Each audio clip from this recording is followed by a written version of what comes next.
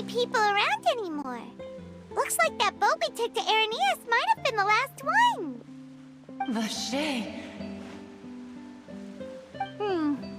Looks like we're back here again. Huh? Traveler? Are you hearing voices again? Ugh. That's kinda spooky. Are you sure we don't want to come back in the morning? Vache? Vache. Hey, why are you still walking towards it? There might be some... Huh? Hang on. Paimon can kinda hear a voice. It's calling for... Vache, right? Hey, Traveler? Stop walking! Come on, wake up!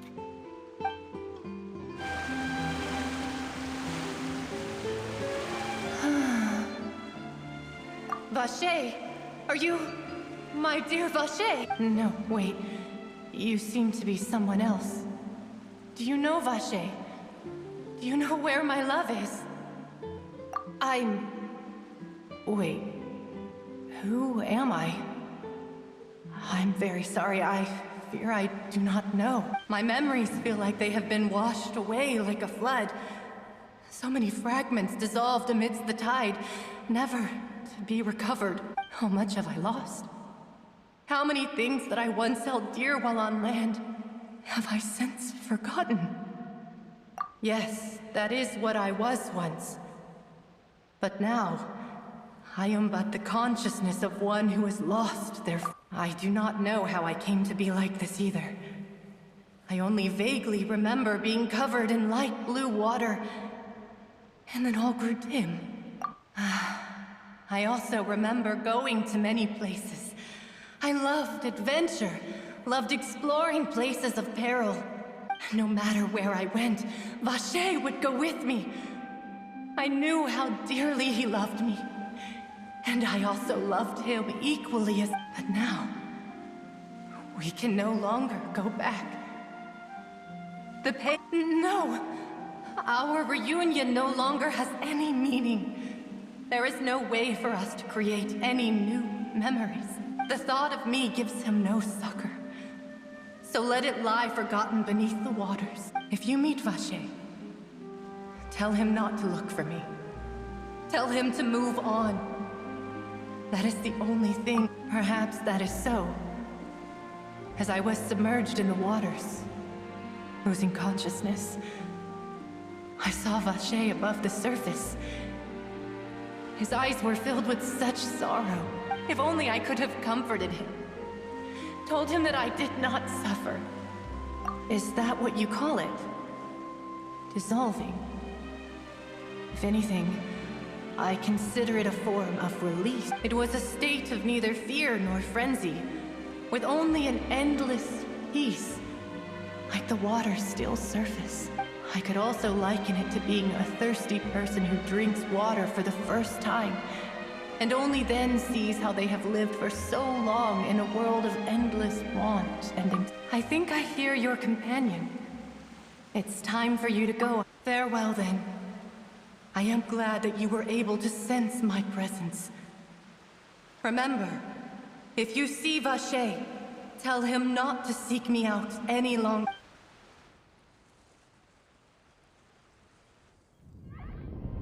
Wake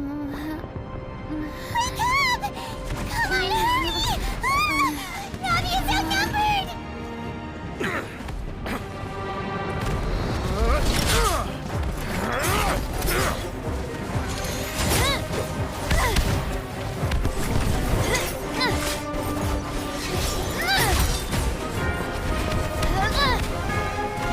Demoiselle, look out!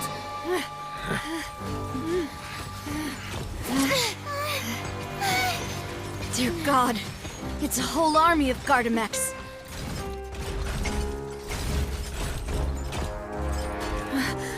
Chlorand?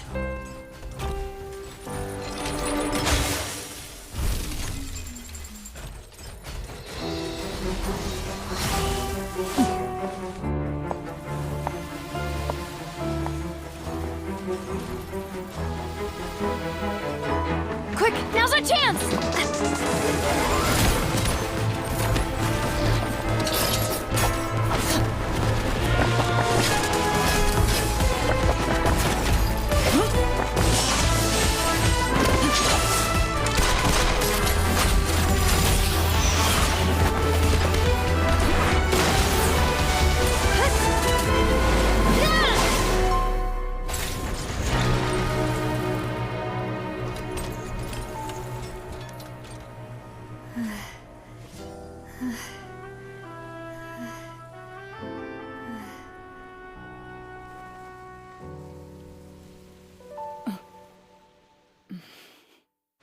I should thank you for lending us your sword there, Clarand. But before I do so, could you explain how you managed to show up here? I followed you. It seemed to me that danger has followed you more closely as of late. I believe that following someone without their knowledge is actually called stalking, is it not? Mr. Callus's last wish was for me to ensure your safety, and I will not betray his trust. He would do the same, were he alive today. Do not speak of my father! Sorry, demoiselle. I was not strong enough. Thank you for your aid, Miss Clarand, but do keep an eye out for your manner of speech. I believe we all wish to avoid unnecessary emotional harm. Sorry, I did not consider your feelings. Whatever. What else do you know? How did you come to the conclusion that I'd be in grave danger? I doubt I know much more than you, but I believe that the mastermind behind the serial disappearances is very powerful. Your performance tonight will almost certainly attract their attention. I'm sure they've known about me. To be honest, I'm shocked it's taken them this long to act against me. And what about these Gardamex? I thought only those associated with the Maison Gardiennage could control them. None of these mecha have serial numbers. I was sure to check a moment ago. They are not the ones used by the authorities to enforce the law. I can only conclude that some powerful or wealthy party must have obtained them via illegal means, deploying them as a private force of sorts. What? Your point being that they're out of Spina di Rosula's league, then? Yes. Be careful, and do not act rashly. I will continue investigating no matter what. We will bring the truth to light. That's my father's true last wish. Regardless, thank you for your help today, Clarand. But I do not think that they'll strike again anytime soon. So I shall stop following you. Good day, all.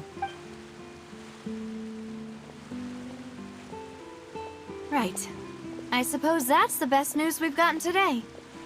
Demoiselle, I believe that Miss Clarand was being sincere with you. If we tried, we could attempt to thaw relations a little. I know, I just... She's... Oh, thank goodness! Paimon thought we were done for! Those Gardamex came out of nowhere while you were unconscious, and Nadia and her gang saved us! Oh, and there was that champion duelist named Clarand who came out to save us too! We got lucky there. Paimon probably couldn't have fought them off otherwise. Oh, come now. Forget all that polite talk. That wasn't really a farewell meal we had back there. Not for me, anyway. In truth, I hope that every meal we have together shall be a victory feast. As such, we're still partners. There's no need to thank me. It will take 50 years for me to match Demoiselle's magnanimity. If it were me, I would have joined the Spina di Rosula on account of her goodwill long ago. All right, you two. That's enough. Actually, Navia, how did you know that we were in danger? You sure did show up in the nick of time. Well, to be honest, you're the one who tipped us off, Paimon. Huh? Really? Paimon contributed somehow? Ooh, Paimon's even more amazing than she thought! Yes, all thanks to you grabbing my drink by mistake. How did that help? After we parted ways, I was on the way back to one of our bases when I suddenly thought of what you said. That the Fanta tasted kinda salty and icky. Fanta only comes in sweet flavors, so how could it have tasted salty? The color of the drink, if I recall, had also been a bit off. So the Fanta had been spiked with water from the primordial sea? Yes. So, if you hadn't drunk that cup for me... Spina di Rosula is preparing the grandest of awards for you as we speak for saving the boss. Huh? Really? I sent people to Hotel de Boer to investigate, but whoever did this left no trace at all. That's when I figured out that you might be in danger, and hurried here as quickly as I could. But why would they go after us too? All we did was defend Liddy in court and help clear his name. Ugh, now we're caught up in this mess too, aren't we? Well, you did foil a plan that they were probably pretty proud of, and almost got their name in the process. Speaking of which, did anything strange happen when you drank the primordial seawater? Well, it can't be coincidence that the traveler fainted just now.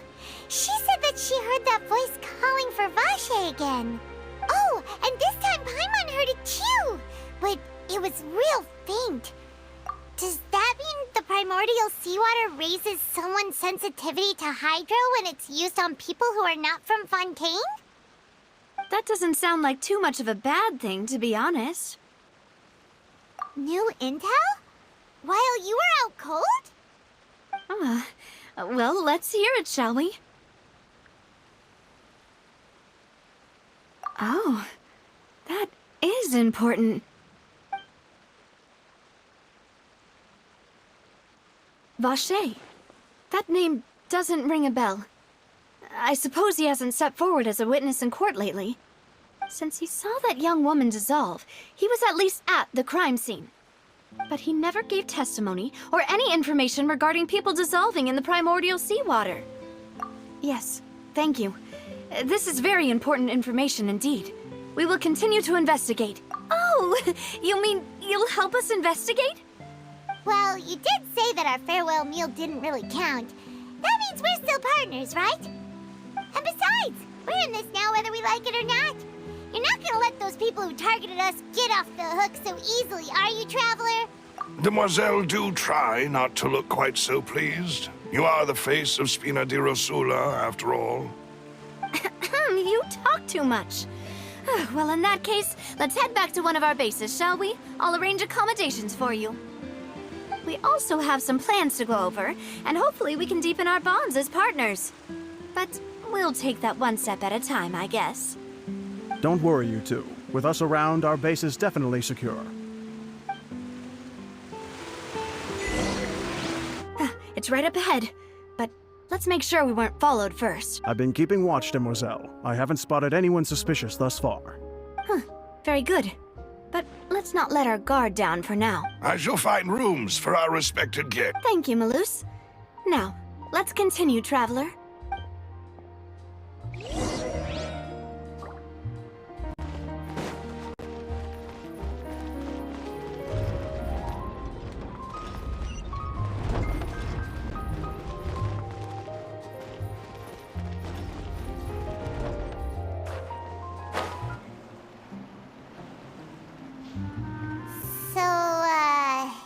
This is your base? It's not quite what Paimon imagined. Your accommodations have been arranged. Under the present circumstances, I can confidently say it's the best we have. Well, our funds have been a little tight lately. After all, we don't allow illegal or unethical profiteering. In fact, our funds often come from citizenry who support us. Seems like it's tough times for everyone. But if you have the support of the people, that does sound like it's worth it. To be honest, our financial situation was a lot better back when my father was in charge a few years ago. I'm afraid I'm not quite his equal. Your father... he was the previous boss of Spina di Rosula, right? Demoiselle, if you'll allow me to explain. No. I'll explain it myself. I suppose I couldn't run from this topic forever. And as partners, this is something I hope they can understand. My father's name is Callus. Yes, the same one they call Callus the Unfaithful in the streets. 3 years ago, he was accused of murdering his own friend. But he chose a duel to defend his honor instead of standing trial. Oh no. But I do not believe my father was a murderer. I'm sure he was set up. At the time, I believed that if he only stood trial and was duly investigated, something amiss would crop up and prove his innocence. But strangely, he not only requested the duel himself, but that even after being seriously injured, to the point where he could be deemed as having lost the duel, he refused to surrender, determined to die. 3 years later, I still don't understand why he did that. How could he protect his honor if he's dead? If anything, he gave up his chance to defend him. The closest piece of info I have is that my father had been investigating the serial disappearances case at the time of his death. Ah, so that's why you're so determined to get to the bottom of that case. That's right. I've also tried to investigate the murder my father was implicated in, but I haven't found a single new clue in my countless reviews of the investigation records. However, I believe that if the murder case is related to those behind the disappearances, they must know something. I must know what really happened. Was my father coerced? Framed? Even if he really did kill his friend, I must get to the truth. If only he'd been more open with me when he was still alive. He even hid the fact that my mother died due to complications when giving birth to me. And now, here I am investigating his death. Demoiselle, please, if there is anything I can do. I also will never believe that Master Callus murdered anyone. There are none whom I respect more than the two of you, Master Callus did so much good in life, yet all it took was one murder case for him to be dubbed Callus the Unfaithful. Even our supporters decreased greatly due to that incident, hence our strained finances at present. Wait, if Callus was such a good man, wouldn't people at least be a little suspicious when he was accused? No. Perhaps people just revel in that kind of drama. It's not something exclusive to people from Fontaine, really. People love watching the evil turn over a new leaf, but they also enjoy watching good people fall into an abyss from one slip-up just as much. But how could... never mind. If Callus was really falsely accused, we have to find the truth. He didn't deserve to have that happen to him. There is one other thing. Master Callus's opponent in the duel was Ms. Clorand. Oh, her? Well, then, isn't that as good as saying that she was the one who killed him? Yeah, that's not the sort of thing that you can just let go and move on from. Ms. Clorand has always placed great emphasis on the honorable nature of the duel. If her opponent doesn't yield, she will not stop either. She knew Master Callus beforehand and greatly respected him, but seeing how he was resolute in the arena, there was only ever one choice she could have made. It's not that I don't understand her at all, but I just can't deal with this yet. Don't worry, Navia. Paimon knows how you feel. Afterward, Ms. Clorand told us that at the start of the duel, Master Callus requested that she ensure Demoiselle Navia's safety. Yes, that is our understanding as well. Oh, Papa. What madness drove you to ask the person who killed you to take care of me? All right, anyway, that's the information I wanted to share with you. Even if it did sound like I was just complaining towards the end. Thanks. You two should go and rest. This was quite a day after all. Yeah, Paimon's beat. Please, relax and get some sleep. We will Paimon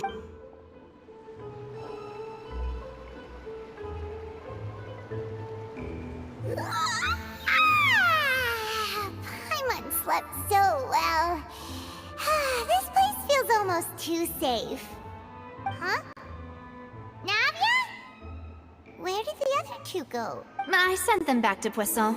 It's Spina de Rosula's place of origin, and where we have our headquarters. There's not much for them to do here at the moment. Paimon gets the feeling that you're just trying to get them off your back. But never mind that. When did you get back? Were you waiting here the whole time? No, I just returned after going out for a while. I did some investigating yesterday regarding the name Vacher. Wait, so you didn't sleep at all? How could I after having such critical new evidence appear?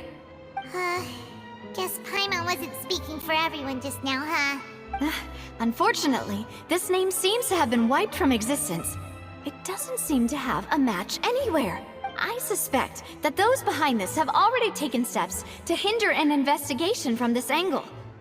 But that does prove that this Vache person is a key witness in the incident. Does that mean we're too late, though? No. There is one ray of hope. One place in Fontaine that they would find almost impossible to threaten, no matter how much they wanted to. And that is the archives kept by Chief Justice Neuvillette. A place where detailed files on all the cases in recent years are kept. If the Oceanette you met is one of the young women who went missing recently, we should be able to find some related information there. So Neuvillette maintains an archive of case files? Whew. Guess that's the hard-working Chief Justice for you. In that case, let's go talk to him, shall we? Aren't you coming along, Navia? Did you get tired? No, it's nothing. Let's go see the Honorable Chief Justice.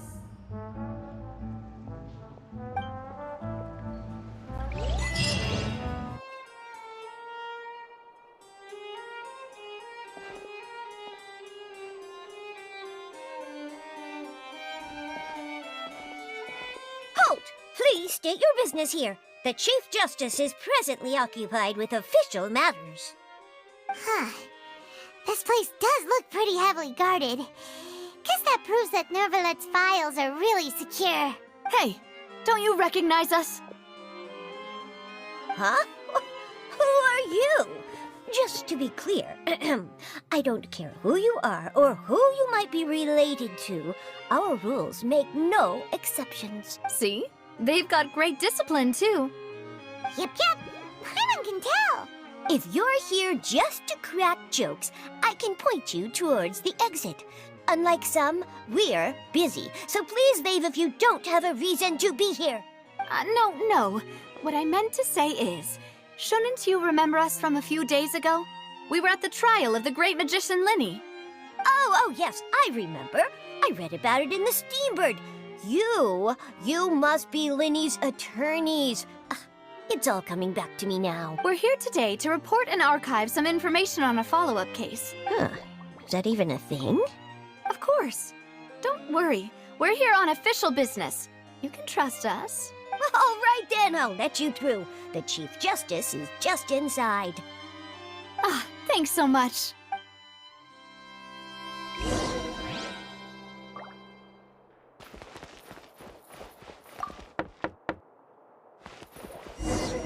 Please come in.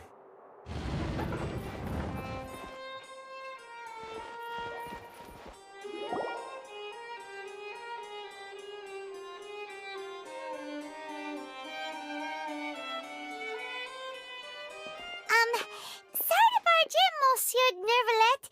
We only lied to get in because we didn't know any other way. It's all right. Please let me know how I may be of assistance to you. So you're not mad at us? We're looking for a man called Vache. He may have been an eyewitness in the serial disappearances case. If we can find him, we may be able to unearth some key information on the case. Ah, I see. In that case, please wait here a moment while I browse through the files.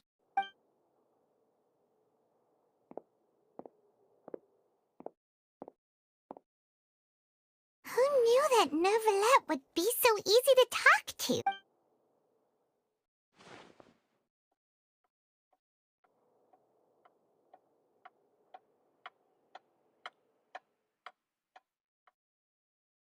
Unfortunately, I'm quite certain that no one by the name of Vache has been involved in any case, criminal or civil, in the past several years. There are no records of him either in the files or in my memory.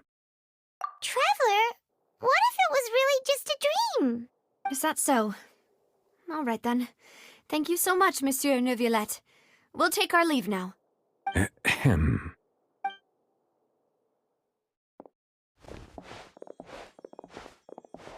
Miss Navia, I can understand how you feel. Your father, Callus, was a truly exceptional man. We deeply regret his passing. What are you trying to say, Monsieur Neuvillette? Are you trying to console me? Extend your sympathy? Or just express some tendril of regret? No. You are not trying to do any of that. I can hear it in your voice. There's no emotion behind your words. You only said those things because you felt like you should. It's just like last time. After my father took his place in the duelist ring, I pushed through the guards to talk to you as a... You even told me then that you thought there was something fishy with the case, yet you still allowed the duel to go ahead. In your eyes, the value of a human life is nothing compared to those cold laws you hold so dear. If you truly regret my father's death, then why didn't you call a stop to the duel? Why didn't you give me the power to stop him from throwing his life away? Why did you just let him die, despised and hated by all? Everything was hanging on a thread at that moment. Just the tiniest effort could have changed everything. There are still so many things I never got to tell him. So many questions he still owes me answers to. If you really have no heart, then just look me in the eyes. I, Navia, will show you the true meaning of regret. I'm sorry, Miss Navia. You and my father are truly alike. You keep all kinds of things in your heart and never say a word to anyone. It's not so much that you can't feel, but that you would never express anything. Oh well. In any case, everyone already knows full well the apathy of the Chief Justice. My apologies for taking my emotions out on you, Monsieur Chief Justice. Let's go, Traveler and Paimon.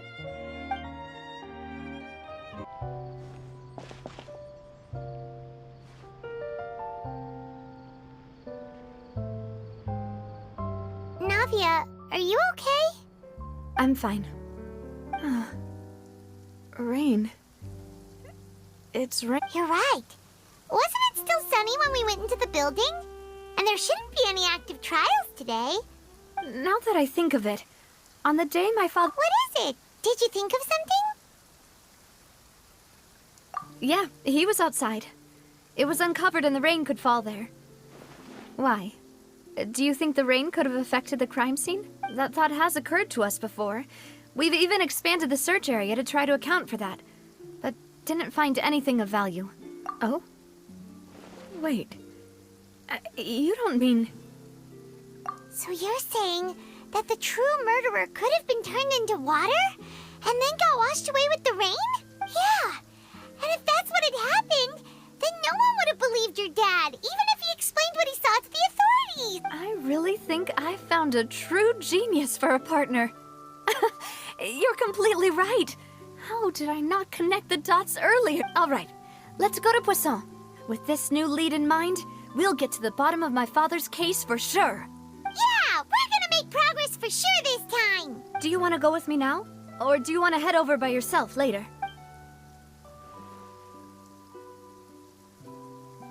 Great, let's go then.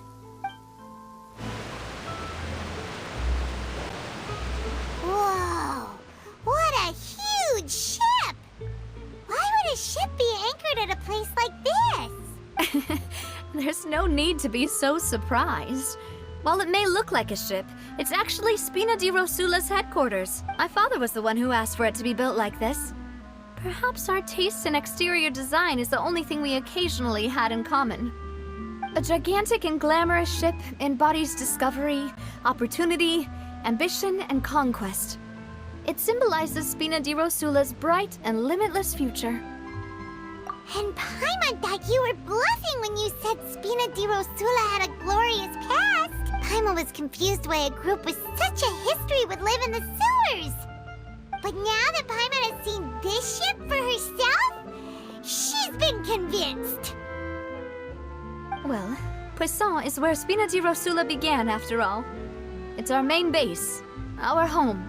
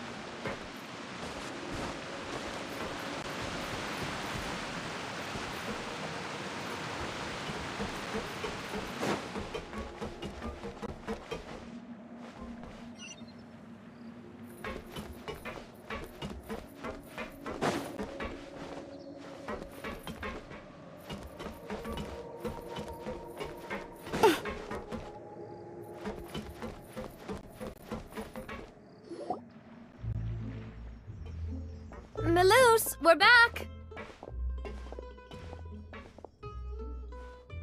Apologies for the wait, demoiselle, and our most important partners. You said before that you still had some business at the court. What brings you back to Poisson so quickly? About that. It's because my partner here reminded me of something really important. You still remember, right, Malus? On that night, it was raining? Yes, the case was quite similar to that of Mr. Linney's. Both were what you'd call impossible murders. Could you tell us a bit more about what happened before? Yeah, of course. Many years ago, something called synth began to gain popularity in Poisson. At a glance, it was a kind of drink that could excite your mood and produce many pleasant hallucinations. Wait! Didn't that guard guy who turned into water also mention that the primordial water could be used to produce some kind of potion? Yes, he did. Considering what we know now, it's almost certain that synth is created using water from the primordial sea. If you drink synth for an extended amount of time, you'll suffer many side effects, such as losing the ability to focus or control your emotions. And if you were to stop drinking it completely, you'll experience flashes of paranoia and anxiety while lacking energy to do anything. It's an extremely dangerous substance. As he oversaw Poisson, my father was compelled to put a stop to synth abuse and called for a complete ban of it. Boss's uncompromising attitude incurred the synth vendor's wrath, but no matter how much they threatened or bribed him, he refused to yield. Not only that, Boss became determined to find the mastermind behind the synth operation and put an end to the problem once and for all. Yes, but the enemy was very cunning. So he could never get anything out of the dealers, all of whom only sold the stuff and weren't privy to the rest of the operation. Recognizing that, my father decided to contact the dealers in secret and cultivate personal relationships with them. Finally, he was able to convince someone to become his informant. The man's name was Jacques. He felt greatly ashamed about his work after seeing many families destroyed by synth abuse. That night, my father hosted a banquet at his countryside estate. He planned to meet up and exchange information with Jacques over some food. But then, we heard 2 gunshots from the courtyard. We raced to the scene and found my father, still holding a gun, and Jacques, who was already dead on the ground. Huh?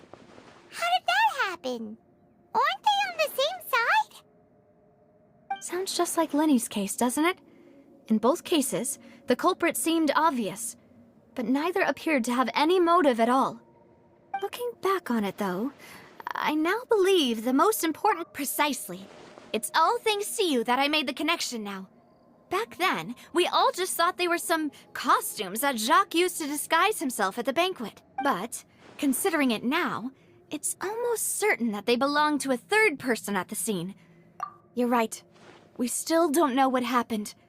But my intuition tells me that we're on the right track to figuring it all out. Jacques was an empathetic man who was infinitely remorseful for his past actions. It's unlikely that he turned on Boss with zero warning. I think this third person is probably the key to the full truth. On that note, however, even though this will not please you, demoiselle, as your and your father's butler, I must still offer a word of warning. Our opponent is insidious and cruel. They are extremely difficult to deal with, and Boss has already lost his life trying to bring them to justice. Even though Spina de Rosula has lost most of its former glory, Poisson has welcomed a new time of peace, and we have been allowed to live out our lives. There is no need to follow your father's path. It would be both wise and in line with Boss's wishes to step back and give up on the case. If that's indeed what he wished for, then he should have told me that himself. Was I not the closest person to him? And yet, I was the one most kept in the dark.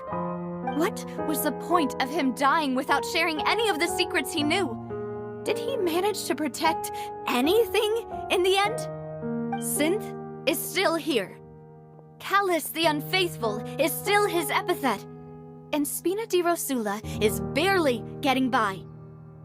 Nothing has changed. Did he think I'd just accept his meaningless death and live out my life just as meaninglessly?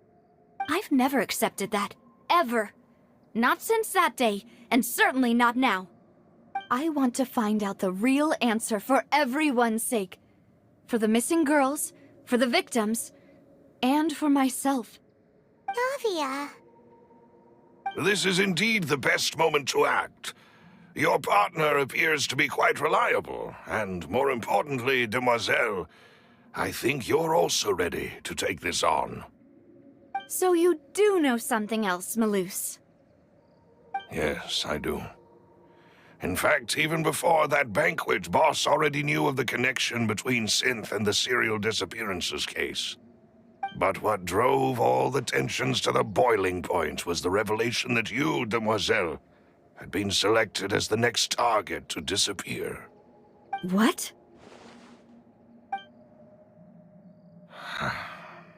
Boss also didn't tell you that he had been diagnosed with a rare illness. The doctors told him that he had no more than 5 years left to live. And the serial disappearances case caused him great anxiety.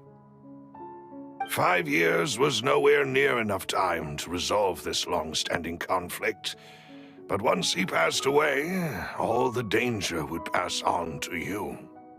Knowing all of this, he decided to use one final intimidation tactic before his death. He claimed to have already gotten his hands on some key incriminating evidence for the other side, and even told some members of Spina di Rosula about the details. But as long as you remained safe, he would not share the evidence with the public. If something were to happen to you, then he and all those he told would immediately expose all they knew about Synth and the disappeared victims. Right, so nobody would be able to get off scot-free. As we've seen, Boss's tactic has worked. Even though Boss has been gone for a long time, the other side has not tried to take Demoiselle's life. No, I don't believe it. He never appeared to look sick to me. No father wants their daughter to see them weak and haggard, especially someone as proud as Boss. To him, dying in a duel and suffering lasting dishonor as the unfaithful were still far preferable than losing face in front of his daughter. So he chose to die in silence, so that he could protect me. I'm afraid you're not understanding this correctly, Demoiselle. What Boss wanted to hand to you was not a parasol, but a sword. If Boss's spirit could hear you telling me that you want to find the answer for the sake of everyone involved, I'm sure he'd be extremely proud. That fool. Couldn't he have just given it to me straight? No. He might have set up everything precisely because he never thought I'd be able to understand him. Is that the amount of confidence he had in me? And what if I was never able to make it to where I am now? Yeah. I suppose that's true. With the way he'd set things up, if I had wanted, I could have just lived out my life without a care in the world. But thankfully, he rarely talked to me about complex matters, and thus understood little of me as a person. In this case, he really didn't need to give me an easy way out. Malus, what was the key evidence that he shared with you? It's the location where Synth is produced. Essentially, it's the enemy's headquarters. When he was threatening the enemy, Boss didn't share the specifics of the incriminating evidence he found. But if you want to use it against the enemy, you'll still have to take several things into consideration. Why? If we know where the place is, can't we just go storming in? You mustn't forget that we're fighting against a mysterious and dangerous organization that's been in operation for decades. There's no telling what might be lying in wait at their headquarters. We also have no idea what kind of evidence we may be able to find inside, nor what people we may be able to capture.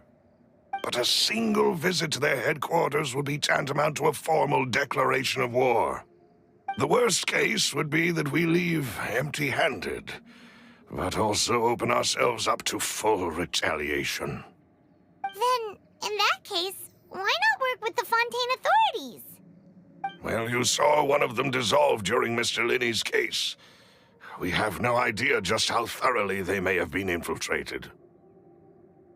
Huh. That's true. Seems my father really had no choice. But things are different now. It should be a lot easier to prove the other side's guilt, now that we've connected Synth with the disappearances case. You sound like you've put a lot of thought into this, Maloose. I am the butler, after all. I live but to serve the boss and Demoiselle's will. I've always been willing to take on any kind of risk for your sake. But considering my relative lack of ability, I've spent my time keeping secrets, performing basic investigations, and waiting for the right time to come. Thank you for all of that, Maloose. Have you discovered anything new in the past few years? Let me think. One conclusion I came to was that the enemy must be quite familiar with Spina di Rosula, or at least have an informant planted here. When I announced orders to the organization's members on Demoiselle's behalf, I used to deliberately keep a few people in the dark and observe the reactions of the synth vendors. If the vendors didn't change their plans, then the individuals informed of our orders must be innocent. If the vendors packed up and fled, however, then someone must have given them the news. After several rounds of testing and investigative tracing, I've narrowed the suspect list down to 3 people. The first is Florent, Spina di Rosula's senior advisor. Huh? Florent? Yes, surprising, isn't it? He was one of the people Boss trusted the most, which also means that he was someone who understood Boss really well. Thanks to his position within Boss's innermost circle, he always knew our upcoming plans and could thus avoid capture this whole time. There's someone else like him too. Marcel, the head of Confrérie of Cabrières. Uncle Marcel. It's a guild in Poisson. Boss helped it to grow to its current size and prominence. In the beginning, they were only reselling some daily goods, but now they're one of the richest guilds around, with a lot of business connections in the city. So, they're like a sister organization of Spina di Rosula? Yes, you can say that. When we were fighting against the synth dealers, they provided us with plenty of support. It's a bit difficult to imagine someone using their own money to hunt down themselves. The final suspect is Thierry, the man responsible for coordinating information between Spina di Rosula and the guards. Although the guards mostly leave us to our own devices, there are still many activities we have to report to the local authorities. Since Thierry is always in the know about our current activities, he could theoretically always plan one step ahead. I see. These are all people who I communicate with quite regularly. To think that the enemy we've been fighting against has been right next to me all along, among those I trust the most. It's almost too hard to believe. If you want to investigate them, please take every precaution to not alert the quarry. Judging from our experience, the enemy is extremely cautious. Of course. And thank you, Maloose. You've provided us with a lot of great information. You're too kind, my lady. I'm just doing my duty. And before I forget, proving Boss's innocence would also mean clearing him of blame in Jacques' death. After that incident, Jacques' wife and daughter were taken into the Spina's care. They still live in Poisson today. If it might help, you could also pay them a visit. I can make the necessary arrangements. Aw, thank you so much, Maloose. You really are the best. A new case awaits, my dear partner. I hope we can work together to uncover the truth and end this case once and for all.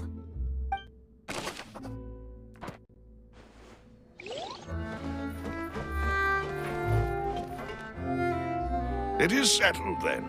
Please excuse me, and enjoy your conversation at your leisure. Thank you for arranging everything for us, Malus. Excuse me, miss. Do you need anything from us? Hey,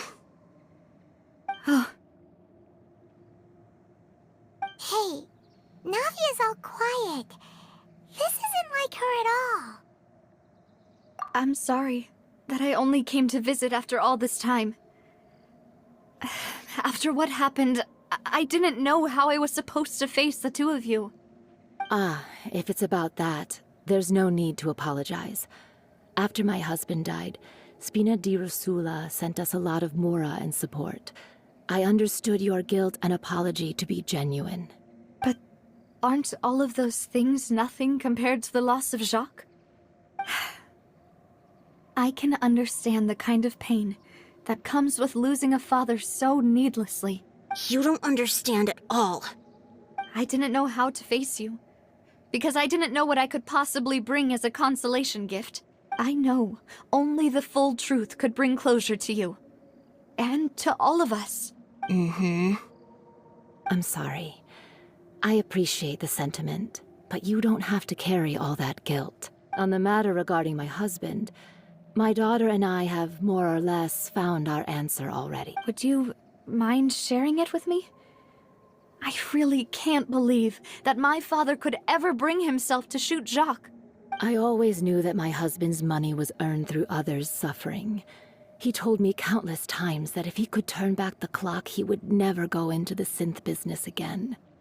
He had many regrets, and felt that he took the idea of providing for his family too literally. For the longest time, he thought Mora was everything. So when Mr. Callis came to him with a proposal, he accepted it almost immediately. He tried to be as careful as he could, but even so, he was still found out by the higher-ups. They found out about his betrayal? Papa didn't say that exactly, but Papa did tell me that I should never be ungrateful. Before he left that day, he told me that he had no choice. It was only later that I realized it was his final farewell to the two of us. I don't know that for sure, but you could say that's the conclusion I eventually came to. Which is why I'm the one who should feel guilty. Callis had always taken great care of us, both when he was still alive and after he passed away. Even if he fired the shot that killed my husband, it was likely in self-defense.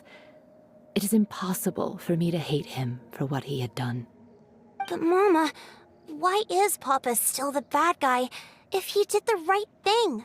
Papa always wanted to be a good man, so why did he have to do a bad thing in the end? Well, things aren't always as they seem. You still feel like your papa was a good man, right? Yeah, Papa was a really good man. The best in the whole world. Then you should hold on to that. If a good man had to do a bad thing, then he must have had his reasons, regardless of whether he left you a parasol or a sword. He must have done so to give you a better life. Oh. Thank you for everything you've told me. I will definitely find the truth. The current state of things is not something I'm willing to just sit back and accept. Thank you. I'm very grateful to hear this from you. Even though your personality is quite different from your father's, your determination when you speak is really similar. You really think so? That's the first time anyone said that to me.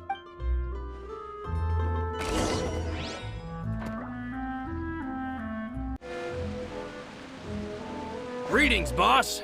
How may I be of assistance today? I'm sure you've heard about what happened at the Opera House. Someone got turned into water right in front of us. Yeah, I've heard. With something that dramatic, I'm sure journalists will milk it for all it's worth. And it'll be all the talk for the next several weeks. It also reminded me, on the day that the incident happened with my father, it was raining outside, and we found some clothes left at the scene. After my partner here put the dots together for me, I feel like we should try to reopen his case.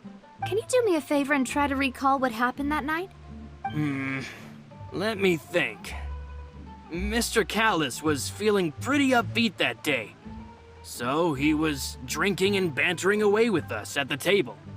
After that, he told us that he wanted to go get some fresh air. So we let him go without thinking much of it. Who knew that we would hear 2 gunshots ring out right after? My first reaction was that Mr. Callus's life was in danger. So I grabbed my holster and made a mad dash toward the scene. But when I got there, it was already too late.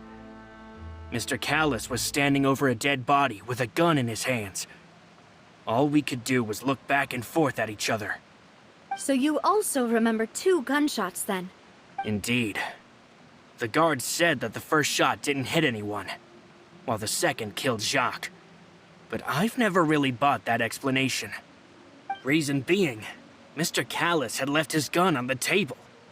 I even made sure to confirm that before running to the scene. But according to the guards, that doesn't mean he couldn't have had other guns on his person. About the clothes left at the scene that you mentioned. Do you think there was a third person there who was turned into water? At least from our perspective, my father had no reason to kill. So he would also have no reason to bring an extra gun with him. The gun he was holding probably belonged to Jacques, or a third person on the scene. Yeah, that makes a lot of sense. So you're saying Mr. Callus ended up with the gun because he seized it from one of the other guys? But hold on. If that's what had happened, then why didn't he share the truth with any of us? He didn't even want to face the Oratrice machine, and chose instead to prove his honor in a duel. Did he lose all faith in the courts after seeing someone dissolve right in front of his eyes? About that, Malus told me a thing or two. So, I think I can understand why he committed to the duel. I'll tell you everything once the whole truth has been revealed. I understand. Then I'll leave Mr. Callus's honor in your hands, boss. And if I may just say one more thing. The whole Callus the Unfaithful epithet has been a thorn in my side since the day it was invented. Many people have laughed at me for still calling him Mr. Callus, even after so many years have passed. But it was Mr. Callus's trust that allowed me to rise through the ranks of Spina di Rosula and live the life I lead today. No matter what others might say, he'll always be the man I respect the most. Don't worry.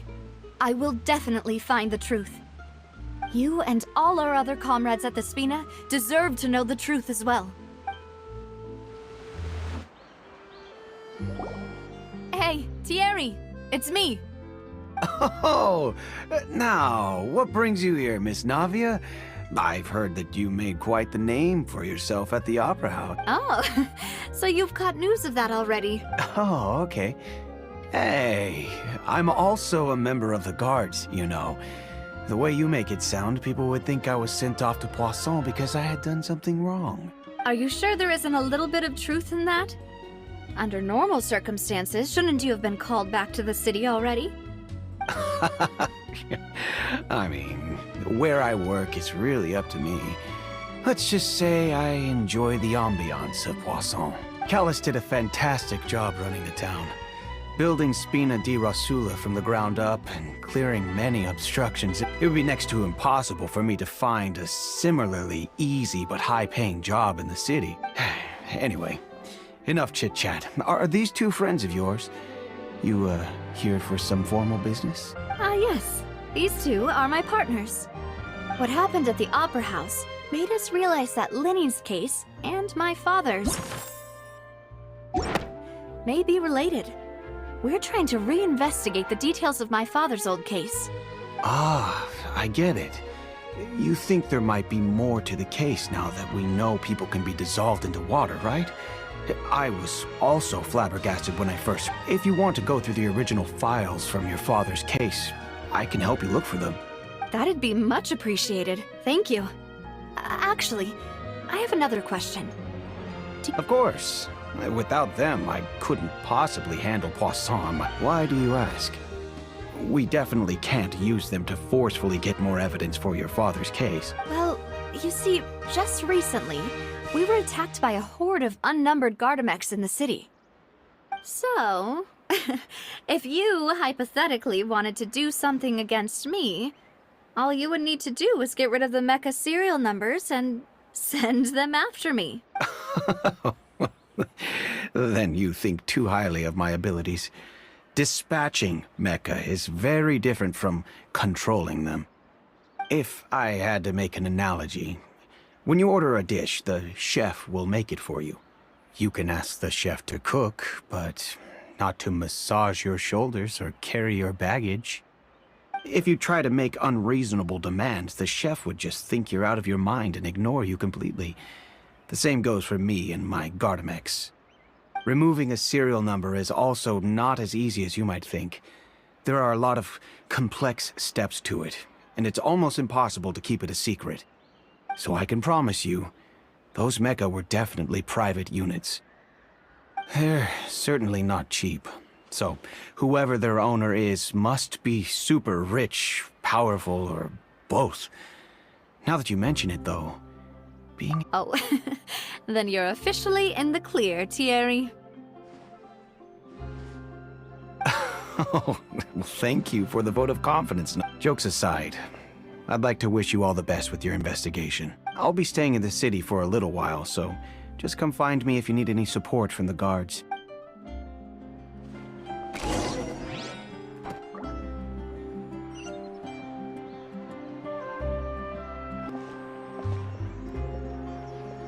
Hello.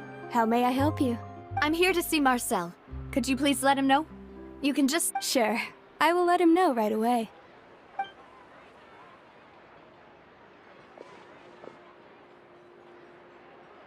Navia, hello. Sorry to keep you waiting. I'm not as young as I used to be, so my legs are giving out a bit. Oh, it's all right, Uncle Marcel. There's no need to stress. I just wanted to talk to you briefly about what happened in the Opera House. I'm sure you saw everything too, right? Yes, I've never seen anything so strange. Oh, you were at the Opera House too?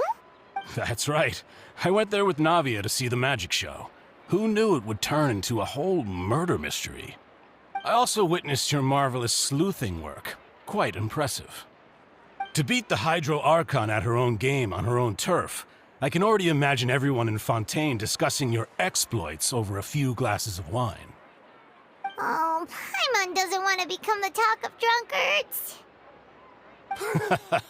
Apologies. It's just how Fontaine is as a nation. Everyone loves drama and theatrics. Uncle Marcel, you've also noticed that other thing, right? The fact that humans can dissolve in water? Yes, I was reminded of your father's case right away. Is that what you're investigating now? Exactly. I still don't have much solid proof, but I can sense that the other side has already begun to act. Oh, and what makes you say that? We were attacked on Araneus by some unnumbered Gardamex. And there was also an attempt to get me to drink water from the primordial sea. If not for the vigilance of my partner, I probably wouldn't even be here talking to you right now. Oh, you're giving us too much credit.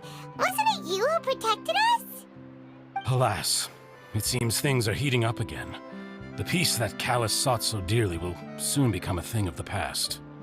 But rest assured, Navia, Poisson will always remain a safe haven for you. If you're scared, you can always return there.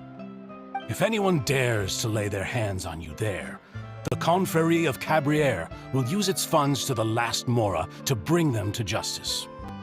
Thank you, Uncle Marcel. But I don't intend to go into hiding. I'm going to strike while the iron's hot. Do you have any new thoughts on my father's case?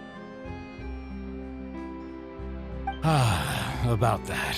Sorry, my age is catching up with me, so it'll take me a while to recall my memory.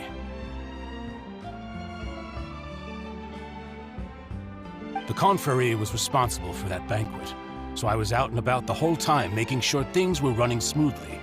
I didn't even have the time to drink with the guests. Then I heard the sound of a gunshot, and the rest was history. Oh, it's okay. No need to push yourself. We'll ask around some more, see if there are any valuable clues elsewhere. Sounds good. Just let me know if you ever need Mora. All my wealth comes from Callus's patronage and support. I'll spend however much it takes to clear his name.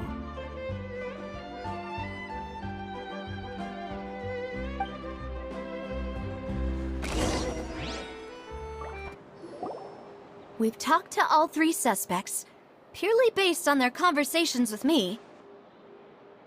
None of them sounded particularly suspicious. I suppose that's to be expected, though. If a single conversation's all that's needed to find them out, then my father wouldn't have needed to investigate the case for so many years. Anyway, even though we didn't make a breakthrough, let's still compile what we were able to find.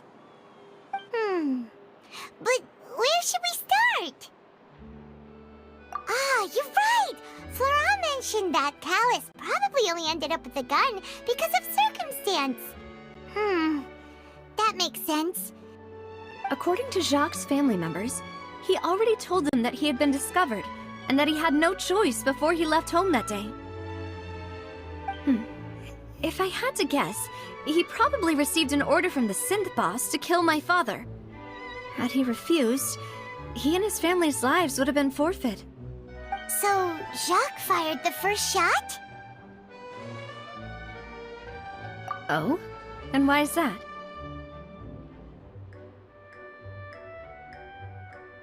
Ooh, that's a good point. Jacques probably already knew that he was just being used as a tool for murder. And once he had completed his mission, he'd be of no more use to his boss. So, what would make more sense from his perspective would be to turn his back on the Order and seek protection from my father. Makes sense. But without evidence, that's still just a theory. Besides Jacques, the attack from the Gardamex has been bothering me quite a bit as well. It's obvious that our enemy has become more antsy after the secret of the primordial seawater was revealed. Do you think he knew, even then, that we'd follow this lead to the end? Given everything that's happened since, it's quite possible. But who among the 3 suspects would have the ability to control privately owned Gardamex? Uncle Marcel? My father did really trust him. And they worked together on a large number of projects. Maybe that's how he got to know Jacques. And with funds from the Confrérie, he could also afford a large number of Gardamex. It's still really hard for me to imagine, though. After all, Uncle Marcel has been around since I was just a child. Also, wouldn't this mean he has been spending a whole lot of Mora and energy to fight his own synth business? Thierry, you say? It is possible that he's figured out a way to convert the Gardamex for personal use. But I didn't feel like he was lying when he was talking to us about the mecha. I also don't think he'd be able to keep that kind of tampering under wraps. Yeah, had he actually tampered with the mecha, we'd be able to prove it with a simple check of the guard's inventory. If the mecha were taken from the guards, it should be pretty easy to find out when and how... Florent? It is true that he was closest to my father, and thus had the best chance of learning about his dealings with Jacques. But as Spina di Rosula's advisor, his work mostly deals with personnel and security, so he shouldn't have much means when it comes to finances. So you're saying he's too broke to afford a mecha army? Exactly. He can't. And even if he could, I don't think he would be able to dispatch a whole group so quickly. Who could it be?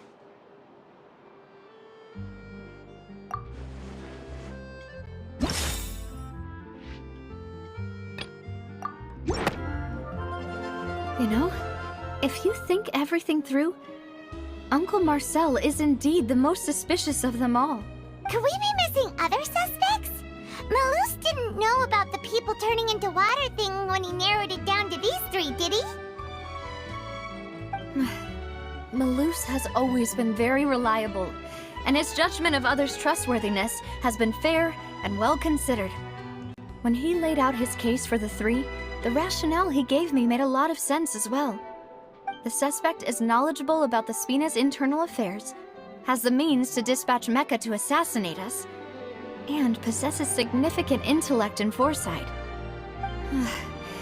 Even if I don't want to believe it, I'm starting to see how things could all tie back to Uncle Marcel. Well, we still have another trump card on top of all the theorizing and speculating. Yes, Malus did say that charging straight in there would be extremely risky, but we don't have any other options right now. We need far more solid proof before we can hope to go charging in on our enemy. Navia, here you are. Oh, I've been looking for you. Huh? Aren't you the guy from the guards? Did something happen? Yeah. News came from Irenaeus just after you left. We've got another trial on our hands. Wasn't that place built specifically for holding trials? What's so newsworthy about this one? I know.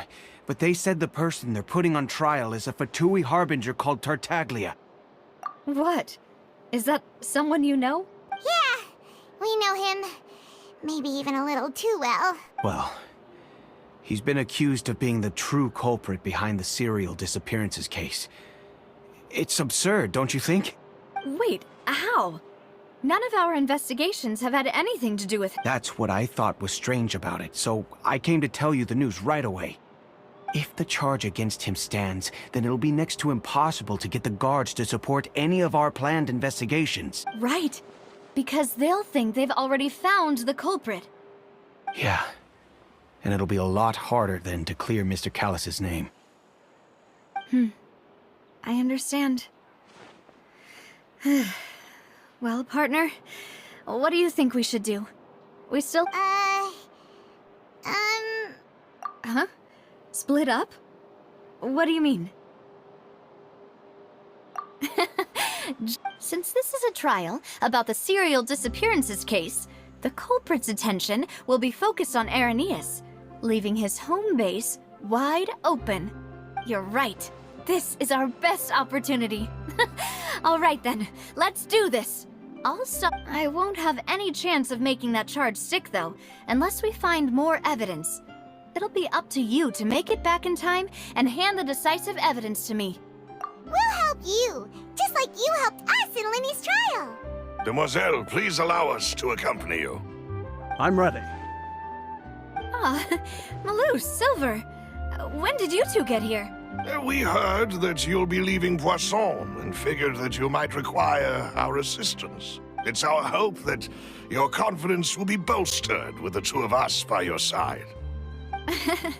Thank you so much. Then, let's make haste for Irenaeus. Paimon, Traveler, I'll see you at the Opera House. See you then!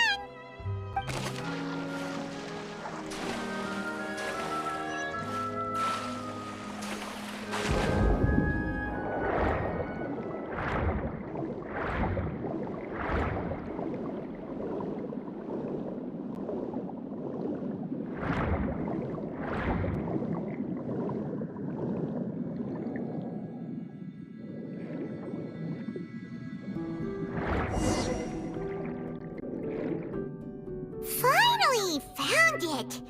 Huh. So this is the entrance that leads to the synth production base. It sure does... Ah, you're right.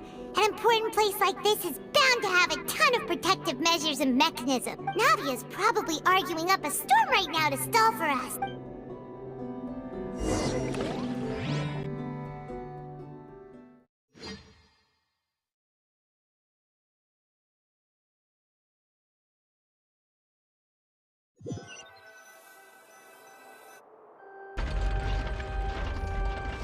It would appear that I must repeat my question again, Mr. Tartaglia.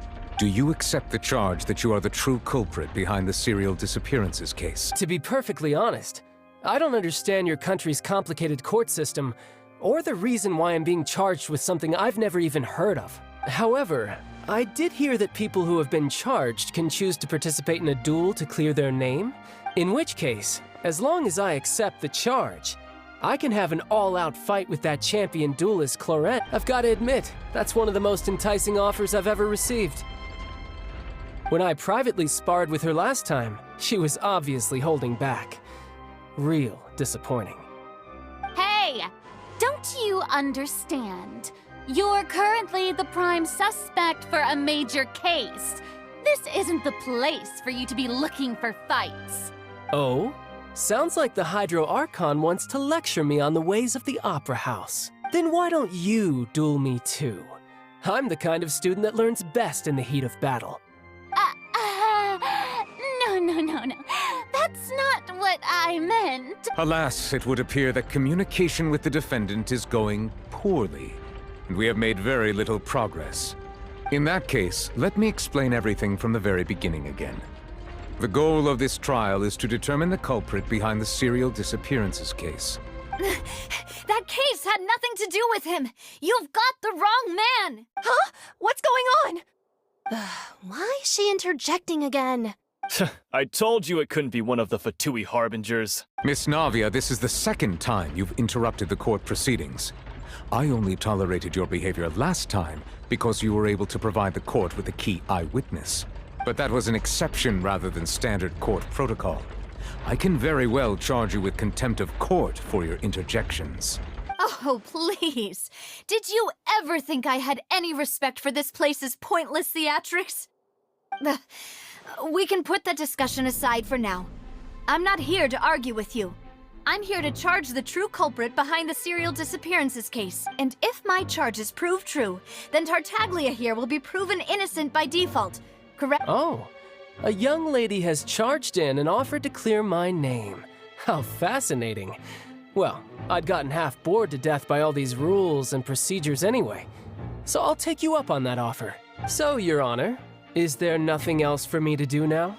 You may take a seat for now in the audience, but that doesn't mean the suspicions against you have been lifted. Now then, Miss Navia, who is the person you would like to charge instead? That person is...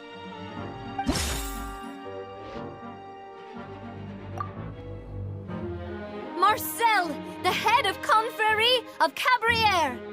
Huh? What confrérie? Never heard of them in my life. I've heard of them, but weren't they Spina di Rosula's sister organization? Oh, is this going to be a friends to enemies type situation? Please let me remind you, Miss Navia, that charging someone is an incredibly serious matter.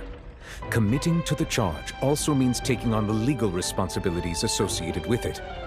And if the charge fails, depending on the circumstances, you may also be charged with the crime of making a false accusation.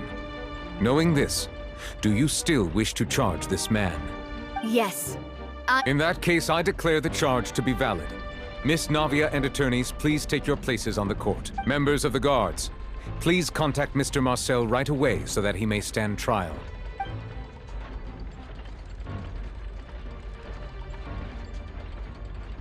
Mr. Marcel, you will not require an attorney. Is that correct? Apologies. It all just happened so quickly. I still haven't figured out what's going on. I think an attorney won't be necessary. This is probably just a misunderstanding between me and Navia. Very well.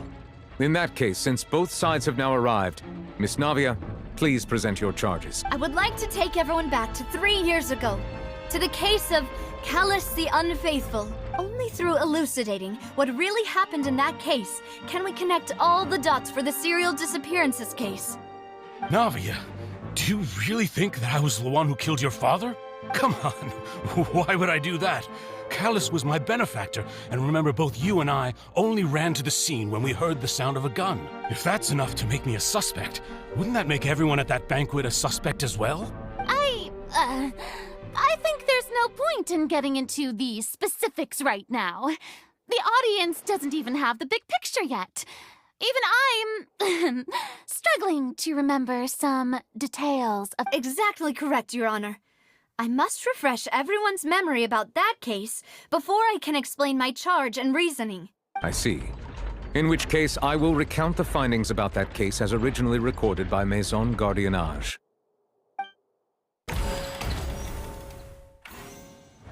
On the day of the murder, Spina di Rosula hosted a large banquet in a countryside estate owned by the Confrérie of Cabrières. During the banquet, all attending guests heard 2 gunshots from the courtyard.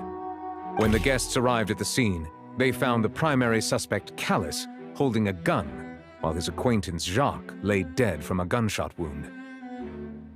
The guards' investigation did not recover any other firearms from the scene. As a result, they concluded that the suspect's first shot must have missed, while the suspect did not dispute this conclusion, and also declined to defend himself in court. Instead, he chose to prove his innocence through a duel. Callus was defeated by champion duelist Clorand in the ensuing duel, and soon succumbed to the injuries.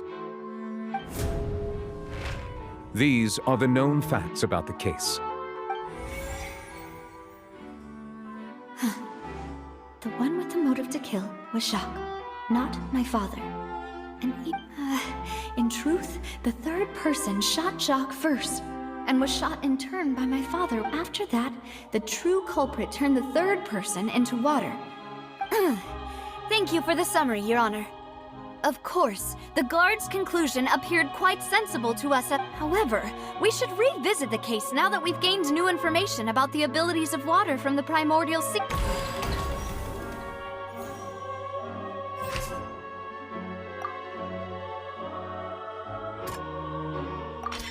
The testimony of the victim's family confirms that Jacques had thoughts of assassinating Callus when he set out for the banquet. However, in the end, he reconsidered, and instead shared everything with Callus, hoping to seek the latter's protection. Unfortunately for Jacques, the true culprit had already considered this possibility, and had sent out another assassin.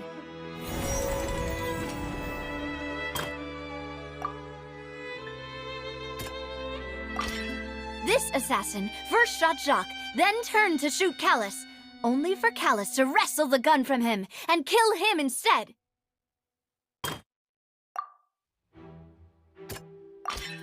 A pile of clothing was found at the scene. The guards once believed they were used by Jacques as a costume to disguise himself. But now it is clear that the clothes were proof that there was a third person at the scene, and that they were turned into water after committing the murder. Since it was raining that day, the culprit was confident that they could use the rain to wash away all traces of their dissolved accomplice. Realizing this, the true culprit caused the hired assassin to dissolve into water, leading everyone to believe Callus was responsible for Jacques' murder. This is the true version of events.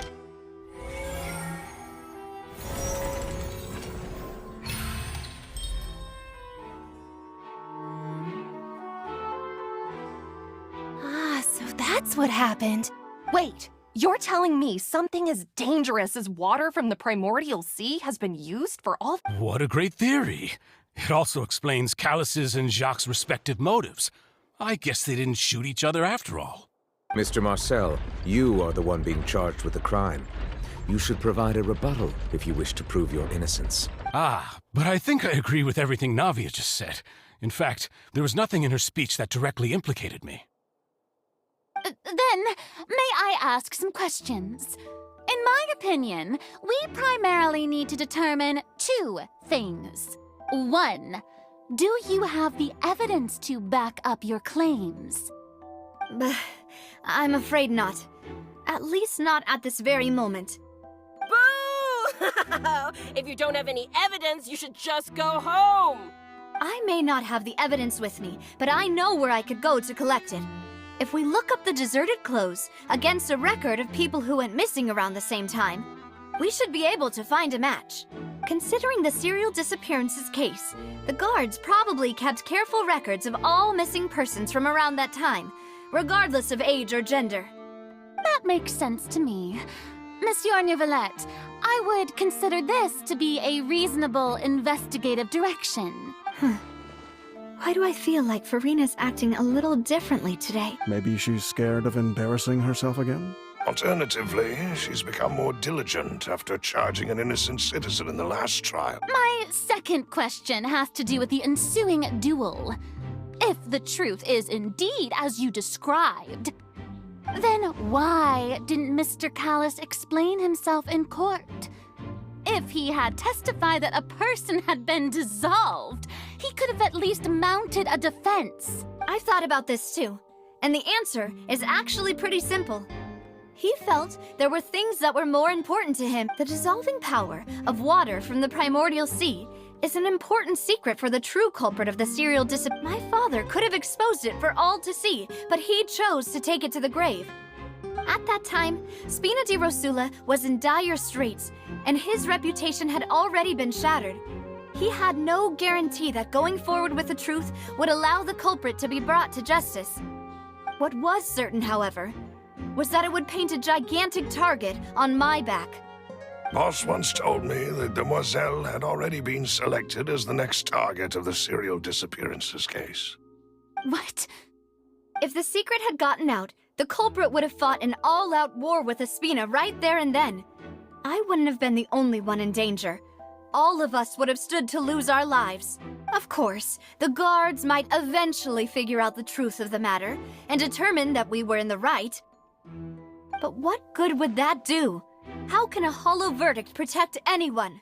Had this opera house ever given my father any kind of confidence in its brand of justice, Spina di Rosula would have had no reason to exist. But by staying silent, we retained the ability to deter our opponents and continue the stalemate. I was able to become Spina di Rosula's president, which made me harder to target, as well as giving me more time to grow and learn. And once I have figured out the truth and stepped up to the challenge, I will do what this opera house cannot and restore my father's truth and honor back to him. So, you mean to say, your father intended to die in the duelist's ring? That's right. Do you have any proof? Of course. All you need is to ask his opponent, Clorand. I don't need your apology, your guilt, or your support from the shadows. You don't have to do anything for my sake. But since he entrusted his will to you, Clorand, you should tell us the truth about his sacrifice. So, during the duel, did you believe that Callus was intending to die? Yes, I did. As a champion duelist, I've fought many battles and taken a countless number of dishonored lives. In my line of work, I've seen all kinds of people give their all for the faintest hope to continue living. Some were determined, others passionate, and some even manic and twisted. Just one look and I can tell if a duelist is hoping to live or if they're looking to die. I hereby swear on my name and honor as a champion duelist that Mr. Callus never intended to leave the ring alive. Since that's your testimony, I have no more questions. It appears there really are good grounds to reopen this case. I concur. However, Miss Navia, you still have not explained the link between your father's case and the serial disappearances case. Right? What she said was fascinating, but kind of beside the point. Wait, weren't they just talking about the serial disappearances case? Of course, Your Honor. The two cases are connected via a matter of timing. In my father's case, the culprit intended to kill both Jacques and Callus. As a result, they planned to act after hearing 2 gunshots. And at the end of Linny's trial, the culprit also only dissolved the victim in front of everyone because they realized they were at risk of being identified. The culprit could only time their actions so precisely if they were already at the scene. Coincidentally, Marcel attended both the banquet and the trial. So that's why you suspected me. Even after hearing your reasoning, I still can't help but find it a little preposterous. I'm used to it, though. You've always been an impulsive and sentimental child, Navia. It's one of your most endearing traits. No need to appeal to pathos. I won't try to refute your points one by one, but even if everything you just said was true, can you prove that I was the only person present at both events? On top of that, does a person have to be physically present to control the timing? Can't someone remotely monitor the place? Know what she can say to that.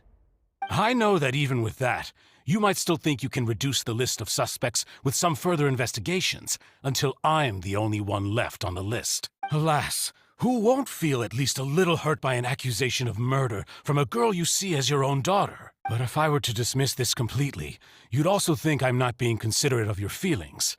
Ah well, let Uncle Marcel teach you another lesson. Do you know what the biggest flaw in your reasoning is?